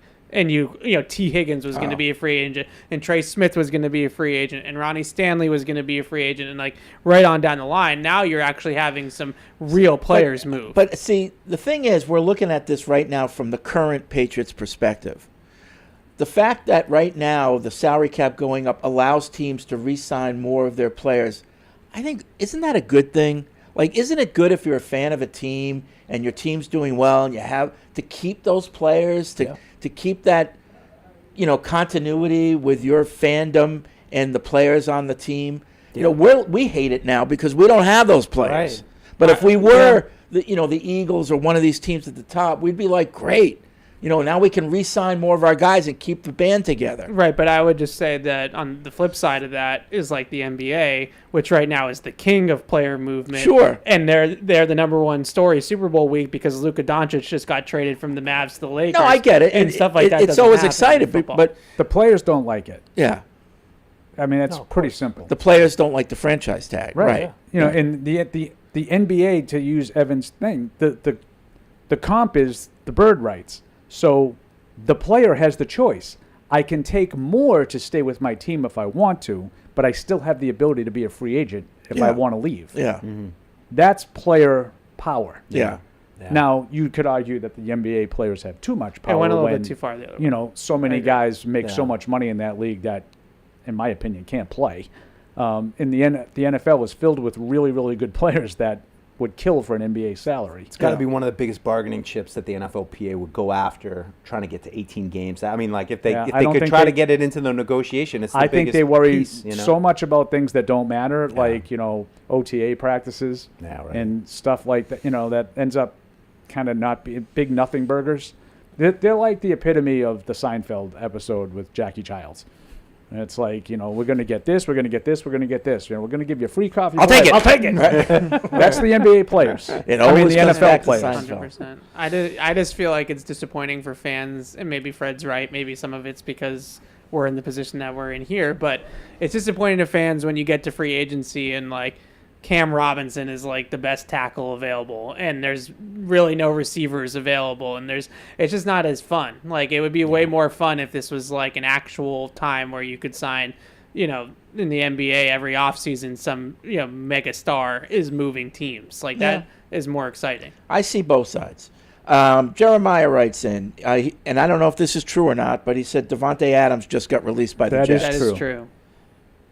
He said, how would you rank him among the current wide receivers in the league? That are available? I don't know. Both of us really close to the question. Yeah. I'd probably say somewhere in the 7, 8, 9 to 12 territory, somewhere in there, maybe a little lower. I was going to say. I was going to say top 20, but yeah. Like, I mean, he's not what he was a couple of years ago, but he still had a pretty good year, even though that they were so dysfunctional with the Jets. Do you think he's still on the Aaron Rodgers train? Like, that's my question. Is does he really want to stick with Aaron Rodgers, or would he be open to something new? I think there's probably a good chance that he sticks with Aaron Rodgers wherever he goes if Rodgers plays, because I think that's still in doubt. What do you know about his relationship with Josh McDaniels? Yeah, I was going to say, I think that's the one thing. I read today that there's no problems with that relationship. I read in the Boston Sports Journal that was more of a problem with the quarterbacks, according to Greg Bedard. Oh, okay. Carr. So. But you do wonder, just Garoppolo. Not to be, you do kind of wonder, did he like Josh? Is that, do you like the offense? It doesn't seem like it. Some of the public comments were a little. Didn't seem like he was in love with that offense. Yeah. I'd be very surprised if he chose the Patriots if he had options. Yeah. I do think the Patriots will be interested. They should be. They should be. Yeah. Don't you guys think? Yeah. Yes. They should be interested. I still if they can can't bring in forget- Devontae yeah. Adams, that's an upgrade. I still can't forget watching him in the joint practices out in Vegas a few years ago. I mean, that was just Man among boys. Well, watching the Patriots over that time period, and there was never really I haven't really seen a number one receiver in camp, and then to see him go in drills, I mean, there was just one rep that always stands out to me against Jalen Mills. Yeah, where poor Jalen Mills. They were even, and then they weren't even. It was just this gear where he just they're even. Boom, hammer down. He's leaving. Yeah, but just big, moves really well. I mean, I'd be thrilled to get Devontae My son Adams. just sent me a text. Devontae Adams to the Pats? Question mark. It's funny, like all our family members have we have all these side conversations with family members about the Patriots. So we're in the middle of a show. I go, where'd you see that? And he goes, I didn't. I was just wondering, do you think they'd sign him? He's not listening. He had will him tune into the show. 85 catches, 1,663 yards, and 8 touchdowns last year between the two teams. There's still, still a 1,000-yard receiver. That's what I'm saying. He's still productive. You need needle I would movers, take him. and that's some of the speculation of bringing Jacoby Myers back. I love Jacoby Myers, but we need somebody who can get outside a little bit. And I know I'm a broken record, and I know it's a me problem, and I understand. I think the offense works so well, the way that they situated with the little slot receivers and the chain movers, because Tom Brady was just perfection. Yeah. I think that offense needs perfection to succeed. Yep. I want playmakers that I don't have to rely on completing 9 passes in a row to get 8 first downs. Devontae Adams is one of the guys that said that. He said that about this offense, that it's more of like a dink and dunk, matriculated down the field type of offense. It's so hard to do that with just anybody. Yeah. Brady, it wasn't so hard for him because he had the answers to the tests, as he famously told us. Ellen, Wisconsin says, Mike, I don't understand why you think the Patriots are in no man's land. Didn't you want to not be saddled with the number 1 overall? You should be thrilled. Yeah, Mike. No, I think that's a good criticism from Ellen. I think she's. It is because those of us that were like, it's not that big a deal. Well, it kind of looks like a big deal now. No, it is. To tell you, we were kind of wrong. You're right. I was talking to Evan. I think when we were walking out yesterday. You did. You thought it was a big deal at the time, Evan. I'll give you credit. There's an alternate reality. I'm not being sarcastic. Mike and I were like, oh, it's a big deal. Yeah. No, there's an alternate reality where we're actually spending the next 2 months just debating Carter or Hunter, and that's pretty much all we're talking about for the next 2 months. And yeah, you're right, Al. I kind of wish we were there now. It's the one advantage we're not of always being obnoxious about being a draft nerd is I was already into this in November, so I knew what they were giving up, by winning that game. And Two guys. There's 2 guys. No. If you're outside the top 2. Jack in Ann Arbor, who's our Michigan correspondent, says the key to understanding Mason Graham is that he was a great high school wrestler, and he brings his wrestling techniques playing defensive tackle. Mason Graham does not have elite measurables, but he does have elite balance, and his elite balance enables him to play low more effectively than other defensive tackles. To appreciate Mason Graham, one must watch his video. He stoned the best offensive linemen from USC, Ohio State, and Alabama. He is a great defensive tackle, and whatever team drafts him is going to get a guy who will be a star defensive tackle for a decade. So I agree with 99% of the email, except one word. Star. I don't know if he's going to be a star. Yeah. I think he's going to be a really good defensive tackle in the league for 10 years. I don't know if he's going to be elite. That's the problem because he said it. He doesn't have that athleticism. He doesn't have the size. He doesn't have the measurables. So he's going to have to make up for all of that with wrestling background. I would just say, and it's a good background to have. Yeah, no, the wrestling thing is huge. I've talked to a million people about that. When TJ started wrestling, I asked a lot of people about it from a football perspective, from a lineman perspective. Does he still have a singlet? He does not have a singlet. Matter of fact, he never had a singlet. They wore shirts and shorts. That was the required uniform. Yeah. That's not how you wrestle. It's not the required uniform. It's too much to grab onto. No, they were like those... You can't, toit. But you end up with those shorts on your knees if you wrestle in shorts. Right. That's why it's a singlet. Well, the singlets go down to your knees. No, but they don't come apart. That's what I'm saying. You can pull those shorts down. Yeah. Well, that didn't happen. Anyway. That's why you wear a singlet. It's one piece. To back Evan, the star part of it, the star interior defensive lineman, that's Chris Jones. That's Aaron Donald. Do you think he has that? I'm not saying that he doesn't have that potential, but is that what Jack is suggesting? Star, because that's what a star means to me. Yeah. Christian Barmore, love him, mean Warren it. Sapp. Not a star. Did you guys? Christian Barmore has not been a star for the Patriots. Not yet. Okay, Nope. my guess is at this point it's not going to be a star. Like, you don't become a star generally in year 5. No. But if that's what you think Mason Graham can be, a star, then you got to think long and hard about taking him at 4. Yeah. I don't see that. Yeah, me too. I know I texted you guys, but No Sock's reaction to Mason Graham at the podium was one of the highlights of the whole combine. One of the best, and the fact that he was in Josina Anderson's video reacting to Mason Mike Graham sent it to me. was Josina, I don't know if I said it to you, Fred, right. but well, I guess first the story was like we're all gathered around Mason Graham. You know, No Socks is sitting there watching it, and like the second he walks on the thing, he's like, "Nope, I'm out." Nope. And I was kind of taken back. I was like, "Well, you know, have you watched him play much?" Not a lick. And so then later in the day, Josina Anderson puts out a tweet of like, you know, here's the reaction to Mason Graham, and it's literally like starts framed on No Matt. Socks, and then pans up to Mason Graham. It was literally the moment Matt was like, "Nope, nope for me, thank you."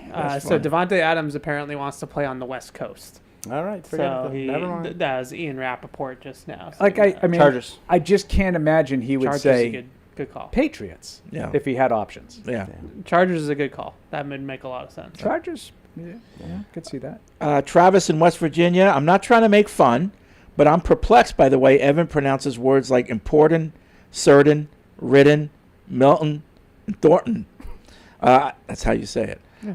I've also never noticed really Alex noticed that. F. doing the same thing, so I thought it was something the younger generation does, but Bob Socci does it too. Is it a New England thing? Bob does do Bob that. Socci used to say Cam Newton. Cam Newton? It's Yeah. it's Cam Newton. Yep. Newton. Yeah. I didn't notice. It's Cam Newton. I Yeah. don't know. Yeah. I don't notice it, obviously. No, I've 'cause I'm noticed the it. one saying I never noticed it with you and Alex. I have to be honest. Certain. Certain. Yeah, You have I- to be certain. Certain. At the Am I Dolphin saying it weird? 44 Certain. You don't pronounce the T. You don't pronounce the T. But Certain. Certain. does anybody Certain. really? Well, Certain. but some people you can notice it more. And I would say Evan, Bob Socci, I would put in that group. I have an ear for voice and articulation and diction. That you do. I have it here. Los Angeles Rams. Well, I went to Emerson, so Got to do something. You know? that's And you were a singer. everybody has to take that. Yeah. Spee in Fresno writes in, if you pick a guy at 4 who's not really a number 4 pick, is the disappointment more about the missed opportunity when picking high, you didn't get the talent you hoped for, or about now being saddled with an overdrafted player, you're stuck with the guy? I'm sure it's both, but I'd guess it's more about the missed opportunity given that access to high picks is limited. Yeah. For instance, with Strange, the missed opportunity to pick a more valuable player seems more annoying than the seeming obligation to give Strange a roster spot because he's affordable on a rookie contract. I think it's A, not Yeah, B. I like how he's thinking though, and I'd go back to just the point of there will be a guy in this draft that should have gone 4th overall, and it puts more pressure on the front office staff to find him. But to me, the question is, what position is worth overdrafting? You know, if Will Campbell ends up a left guard, is it worth it? You know, if Membo ends up your right tackle for 10 years, is it worth it? If if Tyler Warren ends up being a plus tight end for the next 10 years, Good bringing up is Tyler it worth Warren. it? We haven't talked about him at all. Is Ashton Genty, if he holds up for 10 years and is an all-around dynamic home run hitting back, is he worth it at 4th overall? You know, those are or Will So, like, Johnson, the cornerback. Yeah, Let's feel go you, back yeah. to that Yeah. 2013 draft. Like, and this is why I say it's A, not B. It's not like, oh, we're stuck with this guy. If the guy's not good, then he's not Right, good. right, You get rid of him, right. whatever. There's no ramifications of that, other than you blew a pick. Like, Right. that stinks. Yeah. Like, you don't want to do that. But in 2013, yes, there's going to be someone that should have been taken 4th overall that would have been worthy of that pick. But there's a difference between if you pick somebody at 4 who turns out to be a bust, and then the 6th pick ends up being an All-Pro. Yeah. That's going to haunt you. I missed him. Yeah. If it's like 2013 and the next good player is like 27 at DeAndre Hopkins, Yeah. well, like the whole league didn't look at him that way either. Yeah. You know, and I wouldn't look at that any differently than like, well, you could have had Terry McLaurin instead of N'Keal Harry.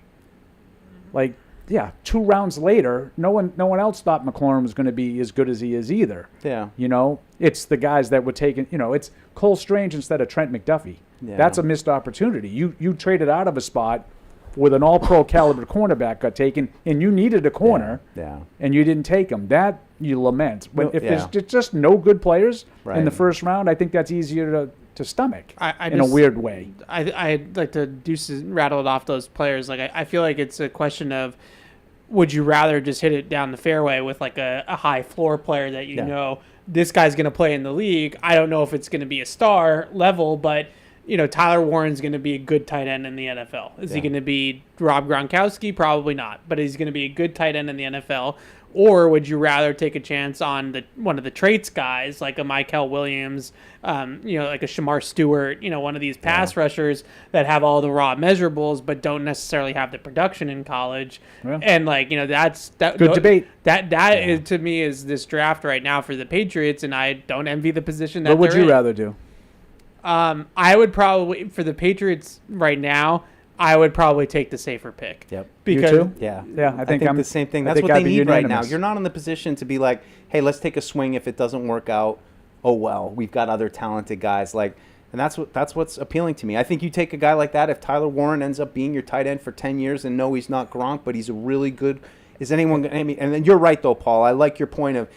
On one hand, yes, if he plays for 10 years and he's solid, no one's going to say, what a bust, you missed on the 4th overall pick. But if a guy goes 2 picks later who's an all-world, transcendental defensive lineman, you're going, oh, my God, we needed that piece and we missed on it. Yeah, and I'd be okay with it as long as I got a really good player. Like if Will Campbell's an all-pro guard and you took him 4, and then at 6, your Georgia guy goes and he turns out to be like a Jalen stud. Carter 2.0, right? Okay, yeah, I missed that opportunity, but I got an all-pro player. I picked a really good player. Yeah. It's when you go in the safe N'Keal route, Harry. and ends up being not all that safe. Yeah. Right. Well, then that's when I get into the positional thing. And is it, is a left guard, is that good enough? Is that impactful enough? And It's I think John some people could make the case, like Drake May, like if you're going to protect Drake May up the middle, he's going to be smart, he's going to be tough. We saw so many free rushers coming right up the middle last year. He's got attitude, he plays with some grit. There's a lot to love, but still, is he going to impact the game? Is he going to do enough for Drake May to make enough of a difference? Ford and Savannah, I've loved Travis Hunter for this team for a while. According to the internet, which is always accurate, Mike Vrabel has said they put Hunter as the top receiver and cornerback on the board. Did he say that? That was a report from, I believe, Mass Live's little roundup of the Combine had that. This makes me think that they really want Abdul Carter. Am I just used to Bill's mind games, or do you guys see some truth in this? So they're saying all that, but they prefer Abdul Carter. We asked Elliot Smoke Wolf. and mirrors. Yeah, Elvin and I asked Elliot Wolf directly about Travis Hunter, and if anybody, I don't know if everybody saw the clip, but he told us that Macro wrote up 2 separate scouting reports on him. Just the vibe I think we've gotten from them is that they like Travis Hunter. I think they're pretty infatuated by it, from a scouting nerdum standpoint. Just that's such a unique player to just talk about. Like even if you draft him or not, it's which position is he better at? What's the plan to play him both ways? Like it's just a fun thing to talk about that you don't get to talk about all the time. I can't remember it ever happening. I mean, I remember guys who played both ways in college, but not where there was a true debate as to which side of the ball he was going to play on in the NFL. Because when you talk to people about Travis Hunter, one of his superpowers is that he can play both ways at such a high level. And so a lot of people feel like if you don't play him both ways, then you're not going to get the most value out of the pick. Just ask yourself, do you think he'd be the Heisman Trophy winner if he only played corner? Probably not. No. Same with wide receiver. He probably wouldn't be. Yeah. So your superpower theory is probably accurate. Yeah. That's what makes him so super special. Yeah. Is that he played both at an extremely high level. Mike Gherkin writes in, the Pickle Man. Been a long time since written in. Yeah. But Where some you been, things man? I hope you find interesting that I wanted to share. Let's see. Should the NFL be worried? What I mean by this is that with the salary cap ever expanding, teams have the ability to keep whoever they want from a free agent standpoint. Teams, however, are still required to spend to a certain threshold each year, so potentially having to throw good money at bad players. To compound the problem even further, we are seeing a lack of talent at certain positions when it comes to the draft. This begs the question, as we move forward and the options each year become less and less, how do teams that need to rebuild get better? Is this just a doomsday scenario in my own head? Yes. Or has the league seen its best version of itself already? I don't know if I would go that far, but I do think it's an interesting conversation about there's a lot of teams that have a lot of cap space, and there probably aren't a lot of free agents that are worth the cap space. Yeah, I think it's cyclical. And I think this is a that's down a good year. point. Yeah. Yeah. Also, my player is Sonny Weaver Jr. Post-it. Note player in this draft. Got it. Draft is Jalen Noel out of ISU. Hopefully you guys your guy. understand the reference. Yeah, I understand the reference, but welcome. Yes, Sonny we're Weaver, we welcoming. Anybody to the fan club is welcome. At some point, we have to cut it off, though. Like, week before the draft, you're either on the bandwagon or you're off. But for now, doors open. I mean, it's kind of funny. I feel like we're really, the three of us have talked a lot about this now over the last couple of weeks, and I think we're all kind of in very close lockstep on a lot of these guys. Like, there's not a lot of haven't been in an argument in weeks. I know. Like, one of us love Mason Graham, or one of us love Ted McMillan, or one of us be out on Travis Hunter. I really hate it. Yeah, back to the thing about the Vrabel piece. They have Hunter one at wide receiver in corner. That sort of tells me that they must be pretty confident that there's no chance that he's available. Right. Assuming that there's any degree of validity to that. That they must think, like, remember when the year that Bill talked about Robert Gallery coming out of that draft? And because, we're picking in the, probably 32. Yeah, you can just talk nice about And I can talk about Robert Gallery as a generational offensive line prospect coming out, because there's no possible way that I can get him in that draft. Remember? Yeah. That's the way I look at this. If he's talking in very specifics about a player, he must know that he's not going to be available. Do you think, is there any other reason why he would do that other than just... Smokescreen would be the other one that the emailer mentioned. I don't know. I think he genuinely likes the guy. That's just my hunch. I do too. Bill wanted to marry Robert Gallery. He loved to the point where he flamed out with the Raiders and he brought him here. Yeah. Like, he loved Robert Gallery, but I just felt like he knew the reason why he was telling us how much he loved him is because he knew he couldn't get him. Seabass and Mass writes in. Prime rib again for Deuce. Yeah. Big welcome back to Deuce and Elaine. They're calling you Elaine from Seinfeld. Why's that? You were like the annoying cast character that I took great offense to. People liked or something like that. I but liked Elaine. He says it out of love. He says, I loved Elaine on Seinfeld and used the name in jest. Much love for Lazar. But anyway, I don't understand. Great coverage from the forget the Combine. The details. draft countdown intro music is the best of the bunch. Seeing as how Evans, I'll change his name back, latest mock draft had Hunter at 4, I wanted to share my opinion on how best to deploy him. He must eventually play both ways. If during camp or preseason it's overwhelming for him as a rookie, I see the case for limiting his scope, but I think you need to attempt a dual role from the start, specifically as a passing specialist. On offense, he should specialize in 3 wide receiver sets on the outside. This limits him to around 60% of the snaps and limits some of the wear and risk that comes from run blocking as a wide receiver. On defense, he should specialize on third down and obviously passing down coverage, 15 to 20 plays, around 30% of snaps. That should again limit how much he needs to play against the run, which should hopefully keep him fresh. Thoughts? Yeah. I'm not I don't know. I'm not too worried about how he's used and the number of snaps on each side of the football and all that kind of stuff. I think he should play receiver full time. I've thought that from the jump.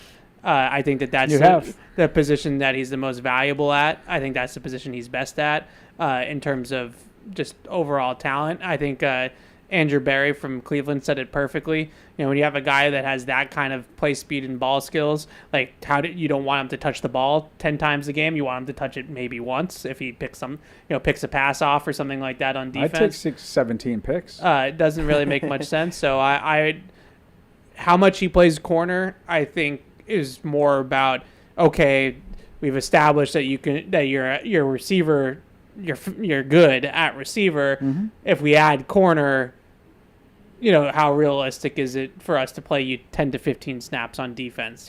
Maybe it's third down. What do you got? I got it, Paul. I love when I have something to say. Paul can tell, and he's Yeah. Well, something I was thinking about on my own. And I know the answer of what's probably easier or harder, but what are the different challenges between teaching a cornerback to play wide receiver or a wide receiver to play cornerback from like a coaching perspective? This is something I was kind of thinking about. Like, I mean, I would say it's probably easier to teach a wide receiver to play cornerback, I think, like with Troy Brown kind of thing. But Edelman. I don't know. What's the interesting kind of challenges? You never see really a cornerback go to play wide I think receiver, that's right? the biggest thing that no one, everybody, the injury thing, the durability thing is very, very real. Sure. And it has to be an important, if you're going to take this guy gonna 1 tackle or and 2 get overall, and you're going to play him every play, chances are you're not going to get a long career out of him. I think that's a real fear. But wouldn't you worry more about the mental ability of a guy to how do you understand the systems, both sides of the ball, the game plans every week? How are you spreading his time at meetings mentally? Yeah. How do you I think that's hard. Now, again, if you want to do it the way the emailer said, that you have a package of plays that he has to know on offense and defense. Smaller things. That's Marcus Jones. Right. Like, you can do that. But I'm talking about full-time. That's a lot. I would just worry about if we do something fancy like what the emailer said. I'm worried that he's not going to be impactful on either side of the ball because he's not going to be playing enough on either side of the ball to make a real impact. So I'd much rather him play wide receiver full-time, kind of like Marcus Jones, and then like moonlight on defense where, if you just say to him, hey, Travis, we can't stop this guy, so why don't you go take Jamar Chase for a series and let's see if you can do it, then I'd feel a lot better about that. It's like in Remember the Titans when he goes over to Petey and he's like, can you just go cover 42 because he's been killing us all night? Like that's like what I would do with him on defense, where just go play man-to-man against this dude. Great Remember the Titans reference. Right? Yeah. Like, and that's it. Like, you don't have to worry about man zone. You don't have to worry about what the rules are. Just run with this dude. Do what you do, Travis. Yeah, right. Do what you do. And that's how I would approach it. Apparently, Zoe just crop dusted the 98.5 studio. Certainly looks it. Does it on the and bus he just all sits the there. time. He just sits there. The bus, the plane, the bus again. Deuce, you're getting a lot of criticism. I am? Yeah. Ryan in Colorado. For the prime Deuce rib. is a fraud. Prime I rib. love how Deuce said a couple months ago that he didn't want a top 2 pick and that he'd prefer to be 4th or 5th. Now he opens the show today saying we're at 4 and in no man's land. Well, I'm not a fraud because I didn't You know didn't- that. I you didn't know the there were draft only as 2 well. guys. I Right. didn't know the draft as well. So yeah, Everybody you're else right. did. Everyone You were else the knew only one. exactly who the 2 guys were. Except I'm me. certainly guilty of that. I didn't realize there was only going to be two players worth Right. drafting. Who in the would have draft. thought? I tried to tell you guys. You I did. tried to You want help me to tell you. you? How many times I got to say you were right? I don't want I'm not even that. I just, just. feel Dylan bad. writes Just in, probably my worst take that I can remember is N'Keal Harry. I thought he was going to come in as a 1,000-yard receiver as a rookie, have a Mike Evans type of career. Maybe my best take is thinking that Justin Jefferson would be the best wide receiver in the NFL, but I guess that's up for debate. I also feel the same way about Brian Thomas Jr., though, so maybe I just like LSU wide receivers. So, let's hear everyone's worst and best take they've had. It doesn't have to be about the Patriots or about a player in the draft. It can be a free agent signing or trade or even a coaching change, but a take that you had that you nailed and something you look back at and laugh how wrong you were. I've said this one before, but A lot of those. I didn't want Dante Hightower because I thought he was too much like Brandon Spikes. That was a bad Deuce take for sure. In what way? Well, we got a big physical inside linebacker. I didn't realize Not like Fred likes Brandon Spikes. Do you like Spikes? What's that? You like Brandon Spikes? Oh, he was a good guy. Yeah. Yeah. He liked photos surfacing on the internet of Brandon Spikes. Well, it was a video. Makes Sorry. you feel inadequate. Further proving that I never saw it. No, you'd be questioning your manhood for the rest of your life I if had you did. I had two guys coming out of drafts that I really, really liked, and they both sucked. Vernon Golston and Aaron Maben. Oh, yeah. Really liked both Mayhem. of those guys. Yeah. And ironically, or coincidentally, I guess, they went to AFC East teams and were colossal busts. Yeah. I guess the worst take I've had was Matt Patricia would be fine as an offensive coordinator. Yeah, I'm still going to give you slack for that. Why? Because I don't think you really believed it. No, I did. I honestly think did. You just talked yourself into it. No, I honestly did. No, I thought Richard Seymour. I wanted David Terrell, Yeah. so I Decided- famously said I was going to resign when they Yeah. drafted Richard Seymour. I was also over 12-win seasons. Yeah. That was a bad take. Yeah, my good takes are too long to list. So. Justin Jefferson would be one of your. Well, he's just one. Lad McConkey. Yeah. Now there were a lot of guys that I really. I mean, I was on Robbie Gould before anyone was on Robbie Gould.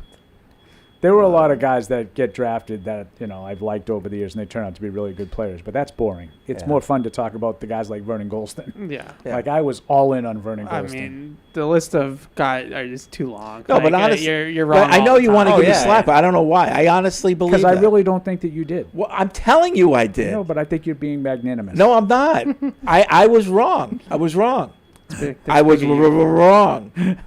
I would say the worst. I was a big Trey Lance guy. Yeah, me too. Big Trey Lance guy. Oh, yeah. That one was bad. Yeah, Trey Lance. A lot I of still people kind of believe a little bit in Trey Lance. I'm not gonna lie. I still haven't given I think up. he was I have that a little bit with Justin Fields. Yeah, I just he never got a chance. No, like, he's what played happens like if he 3 got, games in the last 10 like, years. what No, if he got a I would shot? agree with you with Lance. He's never really got a chance to play. Yeah. At least Fields has. I'll give you another one. This is non-football, but I was probably the last guy on the planet who thought that Lance Armstrong was clean. Oh, yes, that is accurate. Andy used to torture Fred about that. Yeah. Really? I was like, there's no way. All the cancer stuff he does, there's no way he would do that. I was the last guy. Andy had a nose for a guy. who was Well, cheating. Yeah. in fairness, Andy and Yeah, Paul. cheaters, no cheaters. Correct. In fairness, Andy and Paul doubt everybody. So Yeah, that's true. we had to be right once in a while. There was a guy here who was a big guy, and he sat next to Andy's cube, and that was like Andy would bad. torture him. Go to stare after steroids, and finally the guy snapped. Snapped at him. He's like, "What did he say, Andy? Shut the f up." Oh. Yeah, They didn't talk for a long time. yeah. Andy shut up. Yeah. Well, Yeah. the guy was twice the size of Andy. Yeah, yeah. That was funny that day. There was a lot. Andy would sit at the way the cubes were. Andy was like at a crossroads, so there was an aisle here and an aisle there, like a T. So there was a lot of traffic, and he sat right at the end there. The chatter that would come out of just his cube all day long. He never shut up. He never shut up. We have a few of those upstairs. Oh yeah. Andy was he's a born troublemaker. Oh No yeah. question. Oh yeah. He's what my great aunt would say, an imp. He's an imp. An imp. Yeah. The I'm not sure I'm familiar with that That's phrase. only No? a Game of Thrones thing for me. Yeah, Oh, that's okay. what I thought of. Kelly in Salt Lake writes in, is Travis Hunter on the same level as Gonzo being a corner? If he's not a wide receiver, if Gonzo can't slow down a top receiver, the Patriots aren't stopping them. Yeah, it's a little. Well, not that much smaller, really. But a I little bit think Gonzo is a good technician and a graceful corner. I think that Travis Hunter has that Darrelle Revis, Deion Sanders type of thing in him, with just that ability to make up space, instincts, vision of the field, knowing when to come off his receiver. He's got that ball skills. That's exactly what I was going to say. I would say that I love Gonzo. Everyone knows that. Oh, yeah. He's Travis great. Hunter is definitely a better cornerback prospect than Gonzo was. Yeah, just a natural ability. His ball hawking skills. More of a are playmaker? Yeah. Much more of a playmaker. Yeah, Much both more both like are Deion. special. Oh, yeah. athletes. Special Oh, yeah. athletes. Yeah. Just fun to watch. It's- even just move, yeah. like how smooth they are Yeah. and graceful. Yep. But that's exactly what I was going to say. Ball skills are the difference. Travis Hunter is, I always hate using the word generational, but like he's special. Every 5 years, maybe you have a prospect like Travis Hunter at corner. He's really, really good. Yeah, but we don't talk about him really that way at wide receiver. So I don't understand why some people are saying he's a better wide receiver than he is a cornerback. Well, because his ball skills and the way he plays the football in the air is just so good that he makes a lot of contested catches for his size that you wouldn't expect. So his hands are just magnets. And maybe people are looking at it like Andrew Berry said, like, why wouldn't you want to get the ball in the guy's hands 10 times? And maybe he's not as good a wide receiver as he is a cornerback, but wide receivers are more valuable. Yep. Yep. It's true. I don't know. That might be why. I'm just Longino from Jersey writes in, just want to say to Evan if he heard the things being said about him last week, but I'm team boneless. I don't mind eating wings, but boneless is just easier to eat and it's just as flavorful. Evan, they said to stop talking non-football takes and your takes are bad, but I disagree. They're unexpected and love the bicker between you and Paul, so continue voicing your opinion. Don't let them silence you. It's not a matter of boneless wings not tasting good. They're not boneless wings. They're chicken nuggets. And they don't taste as good as chicken wings. Well, they don't. They have a different taste. It's a different They taste taste. great. Yeah, they're but fine. it's different. I didn't realize that this was so polarizing to you. So I'm Yeah, not gonna lie. the funny thing is, this didn't come up last week. I This don't was know. about your take All of I know calling is- the old Conseco Fieldhouse. What's it called now? Gamebridge? Oh, yeah. Oh, yeah. You called that the barn, Yeah. and it's Yeah. not called the barn. It's not the barn. Oh my gosh. That's, I'm but, so but we had, sorry. but University of now, Minnesota's but we barn. had somebody who said it's Butler, but it's Which not it's not Butler. that either. It's Minnesota. I am so sorry, And I had said, everybody. when someone said Butler last week, that I've been to Hinkle Fieldhouse, and I don't ever remember anybody calling it the barn. Right. I'm so sorry. I'm not familiar The with University my of Midwest Minnesota. basketball. Yeah. We call and all hockey hockey games barns. barns. The Gophers. All the I hot love what he it. adds to the That's draft a talk, great. although It's a he great is barn. no Barth. Great barn. Right. Great barn. Lab Matthews. barn. I all I know is I caught a lot of strays last week. Apparently, You did catch a lot of No, strays you had last some week. defenders though. I watched the clip. They clipped off one. No, that, I didn't. that I you didn't had some appreciate some of the defenders. things in that clip. Oh, but I did. we'll I was leave that tossing there. kerosene on it. We'll leave that there. I don't have enough time for me. But boneless do not taste the same. They taste fine. That's Yeah. it's a perfectly good substitute. I would but say they're I not just, the same I as just regular enjoy the chicken boneless wings. eating experience a little more. I don't like getting the gristle Well, and it's having easy to to work eat, for it but- and but get around it. And I always feel like I didn't get enough meat off the bone. You know, it's like I'm leaving too much. It's on a it. different experience, and it doesn't taste the same. No, and I'm willing You know. to just I just want to deliver See, the buffalo and blue cheese. But I'm a taste. flats guy when it comes to bone in. Uh-huh. I like the flats Why? better than the drumstick. Why? It's I like them both I think the equally. meat is better. Yeah. Yeah. I like them both equally. They're You fantastic. just do the old like suck it right off and just put it away. What's that? Well, there are people that take the whole buffalo wing. You know, the flats. You can Pause. just all that's left is like two bones and the cartilage around it, and like boop, you know, and it addresses my thing, and not feeling like I get all the meat You off never the ate, bone. ate it like that, did you? No, I would never even attempt that. That's too long like way? that's.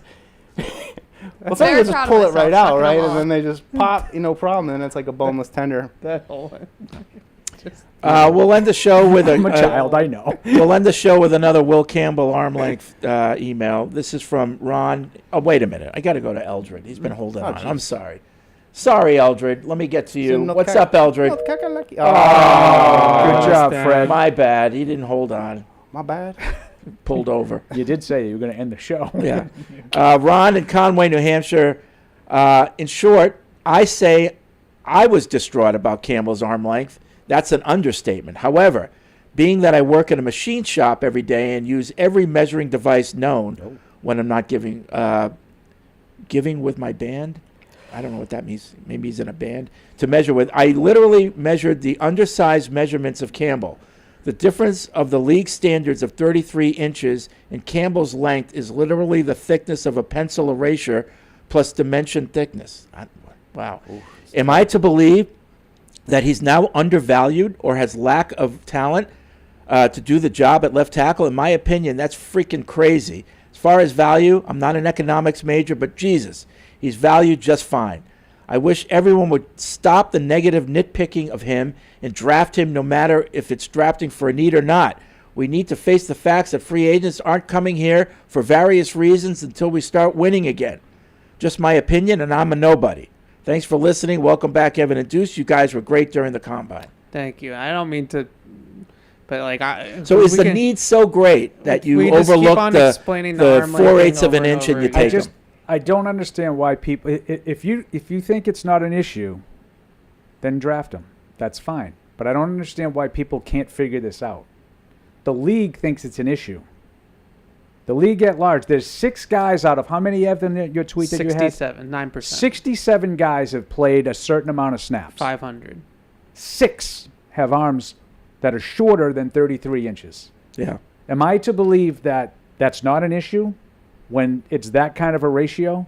When fewer than 10% of the players that played 500 snaps have arms that are that short? I have to, and out of those, Campbell's arms are on the short side. I know, but of those 6 people, do they have what Campbell has in terms of his athleticism and all that Why stuff? not? I don't know. It's a fair question. I don't know who they are. But like athleticism isn't the number one thing I'd look for an Can offensive he lineman. make up for the fact that his arms are shorter? And my guess is the NFL is telling you no. Well, I don't know. We'll That's see. my guess. Yeah. Based on the reaction that came from Sunday afternoon. Yeah. My guess is you can cross him off the tackle list. Okay. Now, if someone takes him and he plays tackle, Good for you. You were bold enough to do it. I don't know that the Patriots are in a position to make that dice roll. That's why we need Dante. I think That's why, like, whether it that's what it fills a comes need down or to. not, it would scare the crap out of me that I'm going to take a guy who might not be able to play the position I'm taking him for. That's what it comes down to is are you the team that can afford the gamble? Right. And I think, if you're a different position, if you're a team that, happens to have a top 10 pick but had a great record last year and you feel comfortable with the rest of your roster and you're just grabbing the talent, like that's one thing. And if he but ends up at guard, so be it. Right. He needs to be a cornerstone franchise left tackle for the Patriots. And again, I just want to state, because I don't want this to come back and bite me someday, this is not my take. This is the NFL's take. Yeah. Right. I don't know enough about offensive line play to know that eraser size makes a difference.